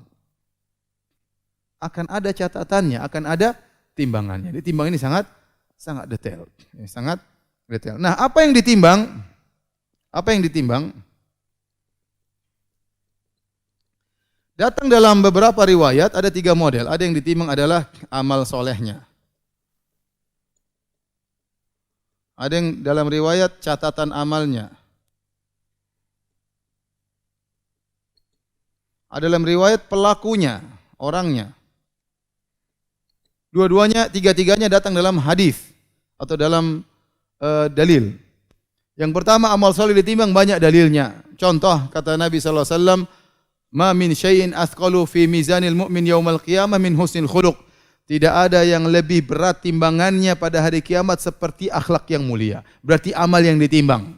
Akhlak mulia, tidak hasad, tidak dengki, tawadhu, tidak sombong, tidak menghina orang lain, murah senyum, mudah menolong orang lain. Ini semua namanya akhlak yang mulia. Itu paling berat kalau ditimbang pada timbangan pada hari kiamat kelak. Berarti amal solehnya. Contoh, Nabi SAW mengatakan, Alhamdulillah tamla'ul mizan. Subhanallah, alhamdulillah tamla'ul mizan. Kalimat subhanallah, alhamdulillah memenuhi timbangan. Berarti zikirnya yang ditimbang, amalnya juga. Nabi SAW bersabda, kalimatani khafifatani ala lisani, habibatani ila rahmani, thaqilatani fil mizan. 2 kalimat yang ringan diucapkan oleh lisan, dicintai oleh Allah, namun berat di timbangan. Subhanallah bihamdihi, subhanallahil azim. Yang ditimbang berarti apa? Amal. Ya. Ini dalil tentang ditimbang adalah amal. Dalam sebagian riwayat, yang ditimbang adalah catatan amal. Ya, yang ditimbang adalah catatan amal. Seperti hadis yang masyhur tentang sahibul bitaqah. Kata Nabi SAW, yusahu bi rajulin min ummati, fayunsharu lahu tis'un wa tis'una sijillan, kullu sijillin maddul basar. Pada hari kiamat kelak dipanggillah salah seorang dari umatku di hadapan khalayak. Allah ingin muliakan dia. Maka dibukakan bagi dia 99 catatan, gulungan catatan amal. Setiap gulungan catatan sejauh mata memandang isinya maksiat. Kemudian Allah bertanya kepada dia, apakah ada yang kau ingkari dari ini semua? Kata dia, tidak ada ya Rabb. Hal zalamaka katabatil hafizun? Apakah malaikat-malaikatku zalim kepada engkau? Mungkin ada salah catat. Mungkin malaikat salah catat. Harusnya melirik, ditulis melotot. Enggak, malaikat detail tulisnya. Ada yang salah catat? Enggak ya Allah. Ada yang salah? Enggak. Dia ketakutan dia. Maka kata Allah, innaka lan tuzlamal yaum. Hari ini kau tidak akan dizalimi. Maka dikeluarkan bagi dia bitaqah, tertulis la ilaha illallah Rasulullah. Satu bitaqah. Maka dia berkata, ya Allah, ya Rabbi, aina hadhil bitaqat? Aina hadhil bitaqah min hadhihi sijillat? Ya Rabbku, apa pengaruhnya kartu ini dengan catatan amal maksiat yang begitu banyak? Kata Allah, innaka lan tuzlamal yaum. Kau tidak akan dizalimi. Begitu ditimbang, ternyata lebih berat apa? La ilaha illallah. Ini dalil bahwasanya yang ditimbang catatannya. Yang ditimbang apa? Catatannya. Dalam sebagian riwayat juga yang ditimbang pelakunya. Seperti dalam hadis Ibnu Mas'ud, tatkala Ibnu Mas'ud sedang bersama para sahabat, tiba-tiba ada angin berhembus sehingga tersingkaplah kedua betisnya yang kurus, maka para sahabat, sebagian sahabat tertawa. Nabi SAW bertanya, mimma tathakun? Apa yang buat kalian tertawa? Kata para sahabat, min diqati saqaihi ya Rasulullah, karena kurusnya betisnya Ibnu Mas'ud. Kata Rasulullah SAW, lahuma fil mizan athqalu min jabal Uhud. Sungguh 2 betis Ibnu Mas'ud kalau ditimbang pada hari kiamat kelak lebih berat daripada gunung Uhud. Jadi kalau orang kurus tapi imannya kuat jadi berat. Kalau gemuk, imannya kuat juga berat. Sebaliknya orang-orang kafir yang badannya besar-besar tidak ada nilainya di timbangan pada hari kiamat kelak. Dari sini ternyata ada 3 yang ditimbang. Kata para ulama, terserah Allah. Terkadang yang ditimbang amal solehnya, terkadang catatan amal, terkadang pelakunya. Tapi ini semua kembali kepada amal soleh. Berat ringannya kembali kepada apa? Amal soleh. Tapi terserah Allah mau timbang. Nah, sebagian orang-orang ahlul bidah mengingkari adanya timbangan. Kata mereka, gimana amal soleh? Amal soleh kan abstrak. Bagaimana mau ditimbang? Kita bilang urusan Allah Subhanahu Wa Taala. Allah menjadikan sesuatu yang abstrak menjadi sesuatu yang konkret, terserah Allah Subhanahu wa taala. Dalam banyak hadis disebutkan amal soleh akan datang dalam bentuk seorang manusia. Disebutkan juga Al-Baqarah dan Al-Imran akan datang seperti awan atau sekumpulan burung yang menaungi. Allah datangkan terserah. Ya. Bagaimana cara orang menimbang itu mudah bagi Allah Subhanahu wa taala. Yang penting Allah mengatakan Allah apa? Akan menimbang amal soleh tersebut. Nah, setelah ditimbang, maka ada 3 kemungkinan. Setelah ditimbang,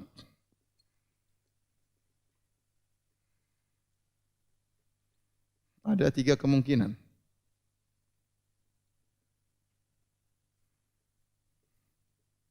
Yang pertama, pahala lebih berat daripada dosa. Yang kedua, pahala lebih ringan daripada apa? Dosa. Yang ketiga, pahala sama dengan dosa, sama-sama berat.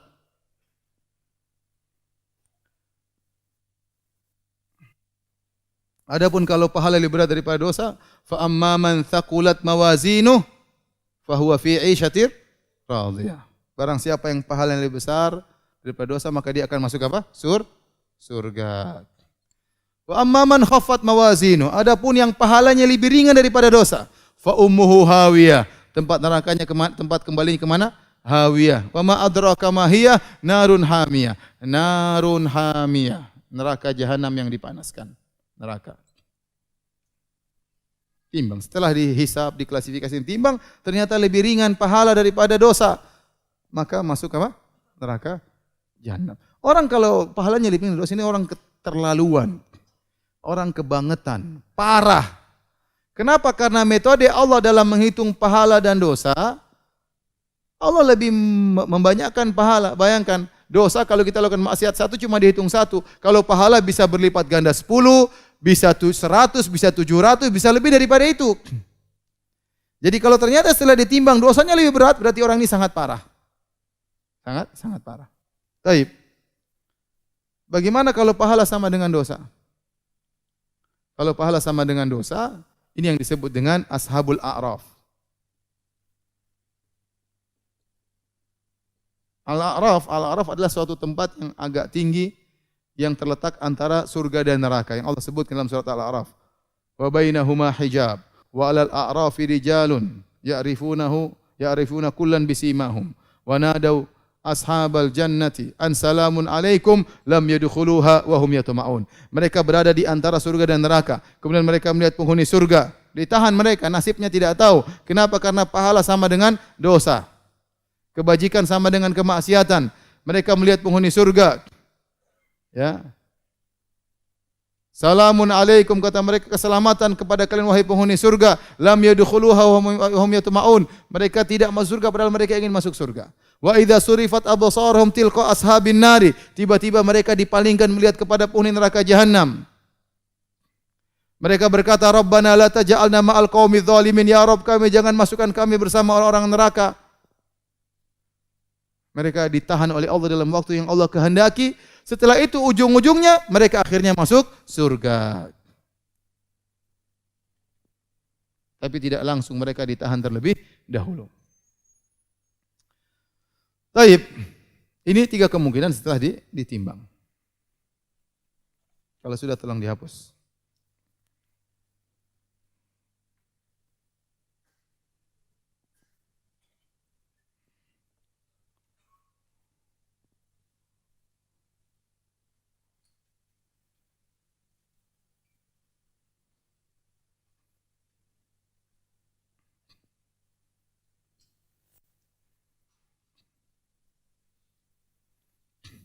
Setelah mizan, kata para ulama ada namanya pengkelompokan. Nomor berapa tadi? 6. Allah berfirman, "Wamtazul yauma ayyuhal mujrimun." Berpisahlah kalian wahai orang-orang mujrim dari orang-orang beriman.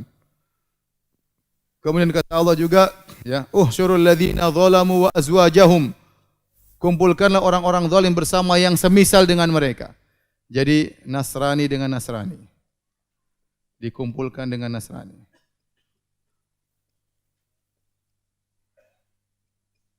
Nanti Yahudi dengan Yahudi, Yahudi dengan Yahudi, ateis dengan ateis, dikumpulkan.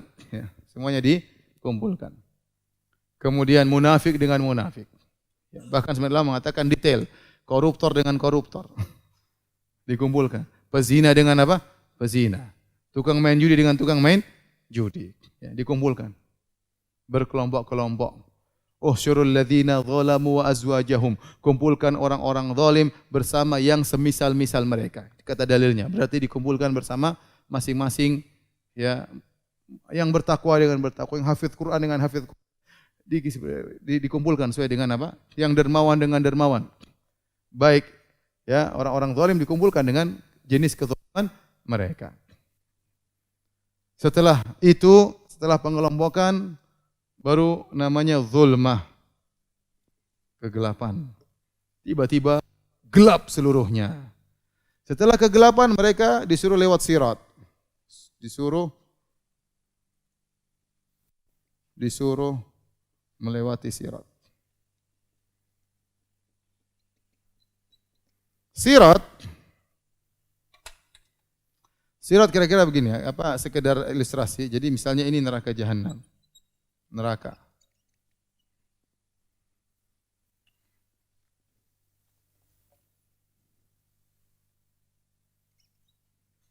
Ini neraka, contoh. Kemudian sirat di atasnya, ini sirat. Kemudian di ujungnya ada namanya qantarah.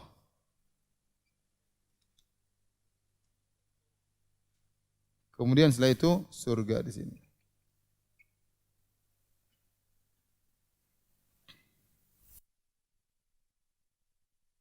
Disuruh melewati sirat. Sirat ini sangat panjang. Ini sirat sangat panjang.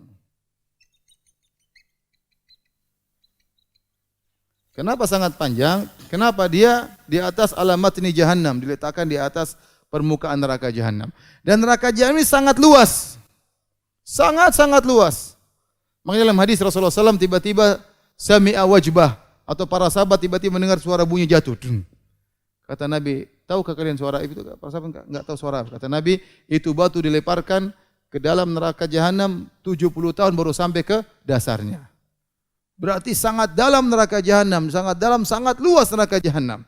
Sampai disebutkan dalam hadis bahwasanya matahari dan rembulan dimasukkan dalam neraka jahannam. Kenapa? Agar orang-orang yang menyembah matahari dan bulan mereka semakin terhina pada hari tersebut. Ternyata sesembahan mereka juga dimasukkan dalam neraka untuk membakar mereka. Menunjukkan neraka jahannam sangat luas. Demikian juga neraka jahannam minta tambahan.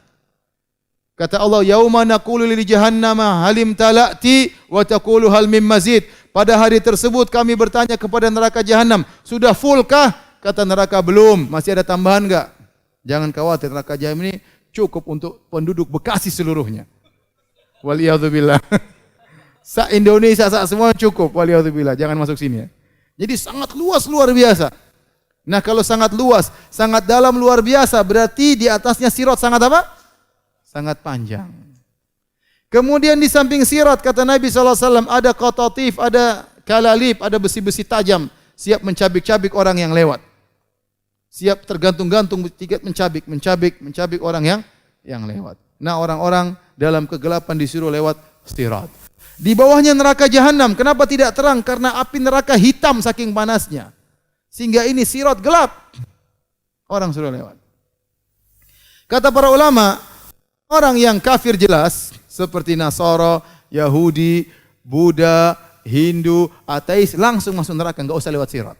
Ada jalur khusus. Langsung masuk apa neraka? Sirat cuma dua, orang yang KTP-nya Islam. Orang munafik atau orang Islam. Yang KTP-nya Islam suruh lewat sirat. Makanya Allah mengatakan dalam Al-Qur'an tentang munafik. Ya. Ya, dalam di surat Al-Hadid.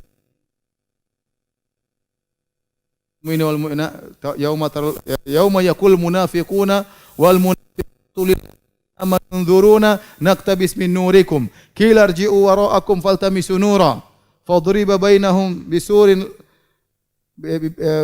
lahu bab batinuhu fihi rahmah wa zahiruhu min qibalihil adab. Jadi Allah sebutkan Jadi pertama orang munafik jalan bersama orang-orang Islam. Barang-barang sama-sama KTP-nya Islam nih. Mau lewat apa? Sirat. Kemudian tiba-tiba terpisah orang munafik dengan apa? Orang Islam. Tadi sudah dipisah-pisahkan. Kemudian semuanya dikasih nur, cahaya. Karena untuk lewat sirat butuh cahaya. Gelap. Enggak kelihatan, apalagi sirat ini ahaddu minas saif, lebih tajam daripada pedang. Ada minas sya'ar, lebih tipis daripada rambut. Salah pencet masuk ke bawah. Salah injak masuk ke bawah. Tajam, kaki terbelah, tangan terbelah, jatuh mudah. Namun butuh lampu, butuh cahaya untuk lewat. Maka orang-orang munafik dikasih cahaya. Begitu dikasih cahaya, mereka begitu gembira. Orang-orang beriman dikasih cahaya, orang munafik senang melewati sirat. Tiba-tiba cahaya mereka dipadamkan oleh Allah Subhanahu wa taala. Kenapa Allah permainkan mereka? Kenapa mereka di dunia mereka orang beriman?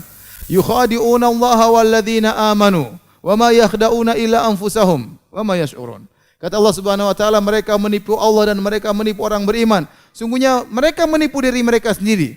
Pada hari kiamat kelak mereka akan dihindarkan oleh dikasih lampu, dikasih cahaya, tiba-tiba cahayanya redup.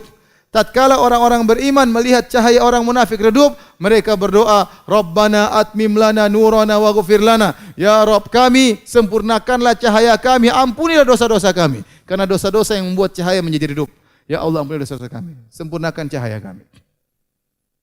Akhirnya orang munafik tidak punya lampu, tidak punya cahaya. Mereka minta kepada orang-orang beriman. Yauma yaqulul munafiquna wal munafiqatu lil ladzina amanu nzuruna naktabis min nurikum. Berkatalah orang-orang munafik lelaki, berkatalah orang munafik wanita. Mereka berkata kepada orang beriman, "Unzuruna, tunggu kami. Naktabis min nurikum, kami minta sebagian cahaya kalian. Berilah kami sebagian bekal cahaya." Kilarji'u wara'akum faltamisu nura. Dikatakan kepada mereka, cari di belakang sana, mundur. Tidak bisa kami kasih. Tiba-tiba Allah kasih suatu pembatas antara mereka dengan orang-orang munafik. Mereka tidak bisa minta ambil cahaya dari orang beriman. Nah, akhirnya mereka melewati sirat tanpa cahaya, mereka masuk dalam neraka jahanam. Adapun orang-orang beriman tatkala melewati sirat, maka cahaya mereka berbeda-beda, kecepatan mereka berbeda-beda. Ada sebagian mereka diberikan cahaya seperti gunung terang benderang, semua sirat kelihatan dengan jelas. Ada di antara mereka hanya diberi cahaya seperti sebuah pohon di sebelah kanannya, tapi masih bisa kelihatan. Ada di antara mereka yang cuma diberi cahaya di jempol kakinya. Terkadang nyala, terkadang redup. Kalau nyala dia jalan, kalau redup dia berhenti. Nabi sebutkan. Sehingga di antara mereka ada yang berjalan dengan begitu cepat, di antara mereka ada yang kalbarq, seperti kilat, tahu-tahu sampai surga. Masya Allah. Langsung disambut bidadari. Sebagian mereka ada yang melewati sirat seperti ar-rihal mursalah, seperti angin yang bertiup kencang. Lumayan cepat. Di antara mereka ada yang ka'ajawidil khail, seperti kuda-kuda pilihan yang berlari dengan cepat. Di antara mereka ada yang seperti onta-onta, lebih lambat tapi bisa lewat. Di antara mereka ada yang merangkak. Sampai tangannya terseok-seok dan seterusnya. Akhirnya dia selamat. Kemudian kata Nabi SAW yang melewati sirat ada 3 model. Ada yang najin, selamat, tidak terluka sama sekali. Ada yang najin tapi terluka-luka, dicabik-cabik oleh besi-besi tersebut, tapi dia selamat. Kata para ulama, mereka adalah orang-orang yang punya dosa, tetapi dosa tersebut tidak berhak untuk masuk neraka. Cukup dicabik-cabik oleh besi-besi tadi. Disiksa di sini saja, tidak harus masuk neraka. Dan ada di antara mereka dicabik-cabik langsung masuk neraka jahanam. Orang mukmin tapi masuk neraka jahanam, diazab dulu karena masih banyak dosanya, terlalu parah sehingga harus dimasukkan neraka jahanam. Yang pertama lewat Nabi SAW. Nabi lewat, para anbiya lewat, semua Nabi berdoa, Allahumma sallim sallim, ya Allah selamatkan, selamatkan. Namun tidak semuanya selamat. Sudah lewat, yang lolos dikumpulkan di Qantharah. Qantharah ini semacam jembatan. Ada khilaf di kalangan para ulama. Ada yang mengatakan kelanjutan sirat, ada yang mengatakan jembatan tersendiri sebelum masuk surga. Diberhentikanlah mereka semuanya di sini, maka dibersihkan. Hudzibu wa nukku, dibersihkan penyakit-penyakit hati mereka. Mungkin ada masalah, mungkin ada ini masih dongkol-dongkolan, dibersihkan. Wa naza'na ma fi sudurihim min ghillin, kami cabut segala penyakit hati mereka, dicabutin. Si dongkol-dongkol ya. Si jengkel-jengkel tadi mungkin di sidang belum selesai, semua dicabut kejengkelan mereka. Setelah itu baru mereka masukkan dalam apa? Surga. Semoga Allah masukkan kita dalam apa? Surga. Sangat mudah bagi Allah. Semoga Allah ampuni dosa-dosa kita dan bekalkan kita di surganya kelak. Demikian para hadirin dan hadirat yang Allah Subhanahu wa taala. Ya, ini kira-kira perjalanan setelah kematian ya, sebagai gambaran bagi kita agar kita persiapkan diri kita untuk bisa bertemu dengan hari-hari tersebut. Wallahu taala alam bis-shawab. Yang bertanya saya persilakan.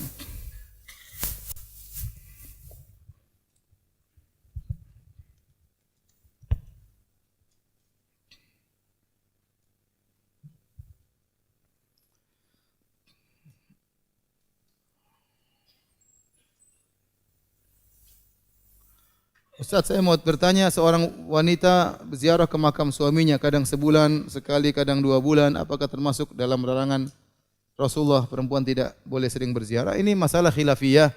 Apakah wanita tidak boleh berziarah secara mutlak ataukah boleh tapi jangan keseringan? Ada khilaf di kalangan para ulama, ya.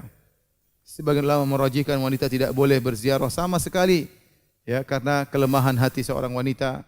Kalau sudah ziarah, dia bisa jadi protes terhadap takdir Allah, terlalu bersedih berlebih-lebihan, dan kalau sudah bersedih berlebih-lebihan akhirnya banyak kegiatannya tidak bisa dikerjakan dengan baik, atau terkadang ada bentuk protes kepada takdir Allah Subhanahu wa taala. Wanita tidak seperti lelaki. Oleh karenanya sebagian ulama mengatakan tidak perlu berziarah sama sekali. Dan sebagian ulama mengatakan boleh tapi sesekali. Allah alam bisawab. Ya, dua-duanya pendapat yang kuat, ya. Saya sampai sekarang pun belum bisa merajihkan dengan pasti, tetapi kalau dia mengambil pendapat bolehnya berziarah, maka kalau sebulan sekali itu termasuk jarang, tidak mengapa.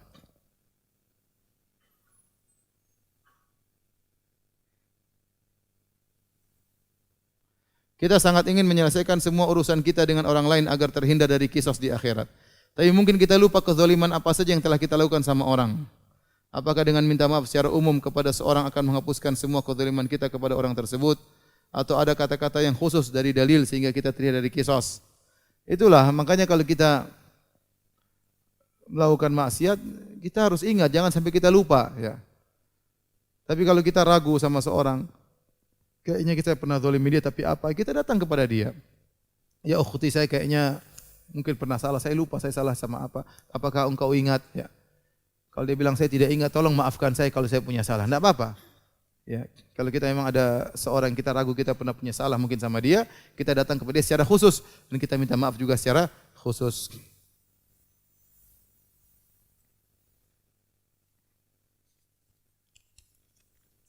Apakah yang menentukan surga dan neraka hanya di kehidupan dunia saja? Semua di akhirat namanya darul jaza.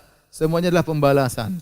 Yang semua pembalasan tersebut dibangun dengan atas apa yang kita lakukan selama di dunia. Di dunia darul amal. Sekarang beramal, silakan beramal. Tidak ada jaza.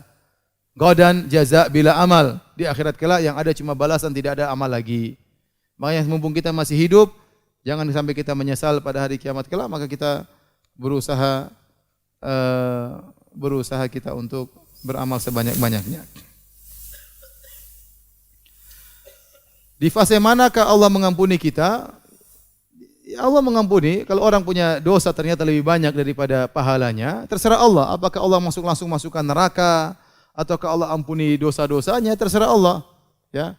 Innallaha la yaghfiru ayyushraka bih wa yaghfiru ma duna dzalika liman yasha. Allah tidak mengampuni dosa syirik, tapi Allah mengampuni dosa selain syirik bagi yang Allah kehendaki. Kalau bisa jadi seorang secara perhitungan dosanya lebih banyak daripada pahala, tapi Allah ampuni, selesai urusan. Itu terserah Allah Subhanahu wa taala. Terus kalau dia pun masuk neraka, nanti dapat syafaat, itu urusan belakangan. Syafaat apakah dari Nabi sallallahu alaihi wasallam ataukah dari orang-orang saleh yang lainnya, ataukah syafaat dari Allah langsung, syafaat dari malaikat, itu urusan belakangan.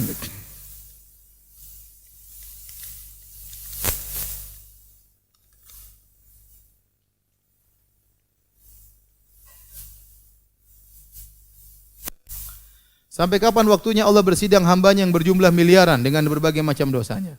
Allah mengatakan wa huwa sari'ul hisab. Allah hisabnya sangat cepat. Terserah Allah Subhanahu wa taala. Sebagaimana Allah beri rezeki miliaran orang dengan mudah dengan satu waktu, demikian juga Allah hisab. Kita enggak tahu cara Allah menghisab bagaimana. Yang jelas kita semua akan dihisab oleh Allah Subhanahu wa taala.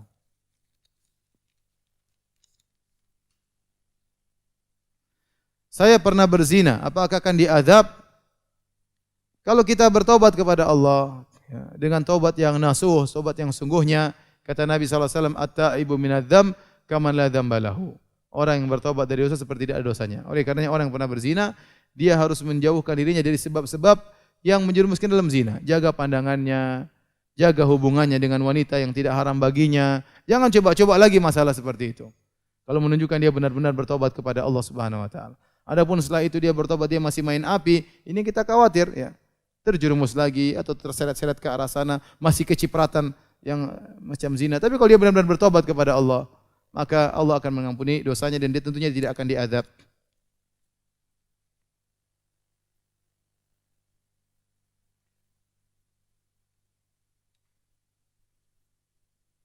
Bagaimana kalau kita tidak bisa bahasa Arab, sedangkan bahasa yang digunakan di akhirat adalah bahasa Arab? Kayak ya. Udah ente pokoknya di akhirat ente soleh ente bisa jawab ya.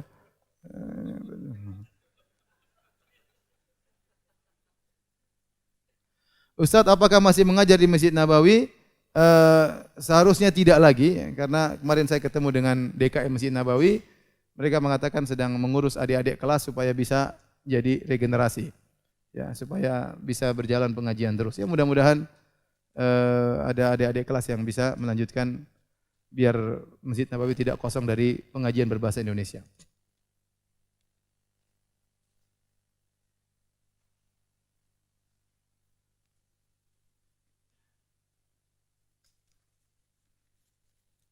Ustaz, apa yang dimaksud dengan subhanallah, maha suci Allah? Maksudnya Allah maha suci dari segala kekurangan, dari segala aib. Makanya Allah sering sebutkan subhanallah tatkala Allah menyebut tentang keyakinan orang-orang musyrikin. Subhanallah amma yusyrikun. Ya, maksudnya Allah dari kesyirikan mereka. Bagaimana mereka menyembah berhala sementara Allah begitu maha sempurna dan berhala begitu banyak kekurangannya. Allah maha suci dari perkataan orang-orang Nasrani yang mengatakan Allah punya anak. Jadi maha suci Allah maksudnya Allah maha suci dari segala kekurangan dan aib. Adapun orang yang menempelkan aib pada Allah banyak, yang mengatakan Allah capek, mengatakan Allah punya anak, ya, yang menyembah kepada selain Allah, ya, minta rezeki kepada selain Allah.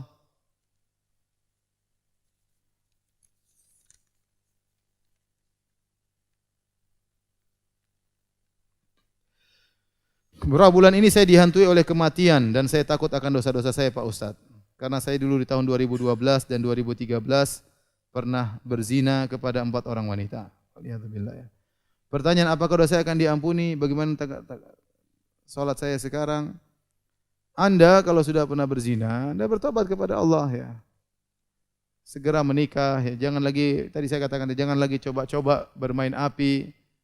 Jaga pandangan, jangan nonton sembarangan ya. Pokoknya benar-benar tobat. Orang bertobat kelihatan bagaimana tobat benar atau tidak. Kalau dia bertobat dengan sungguhnya, dosa sebesar apapun akan diampuni oleh Allah Subhanahu wa taala.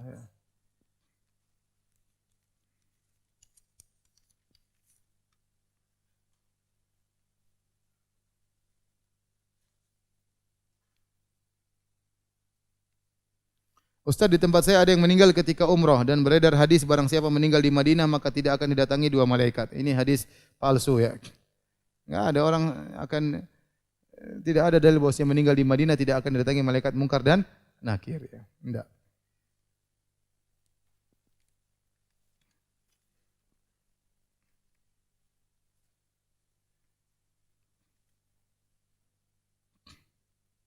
Jika pernah mendolimi mantan, apakah harus mengontak dia kembali? Allah alam ya. Khawatir ente kontak lagi tambah zalim lagi ya. Dia nuntut. Allah alam, saya enggak tahu ya. Yang penting kalau bisa minta ampun itu minta maaf itu yang terbaik. Atau misalnya yang kontak bukan antum tapi istri antum misalnya. Tambah parah nanti. Saya enggak tahu, Allah alam.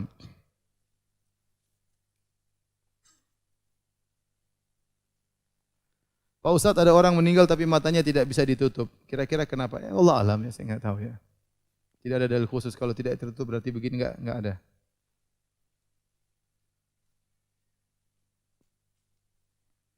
Baik, demikian saja kajian kita, kurang lebihnya saya mohon maaf. Kita temu kafatul majelis, subhanakallah bihamdik, asyhadu an la ilaha illa anta astaghfiruka wa atubu ilaik. Assalamualaikum warahmatullahi wabarakatuh.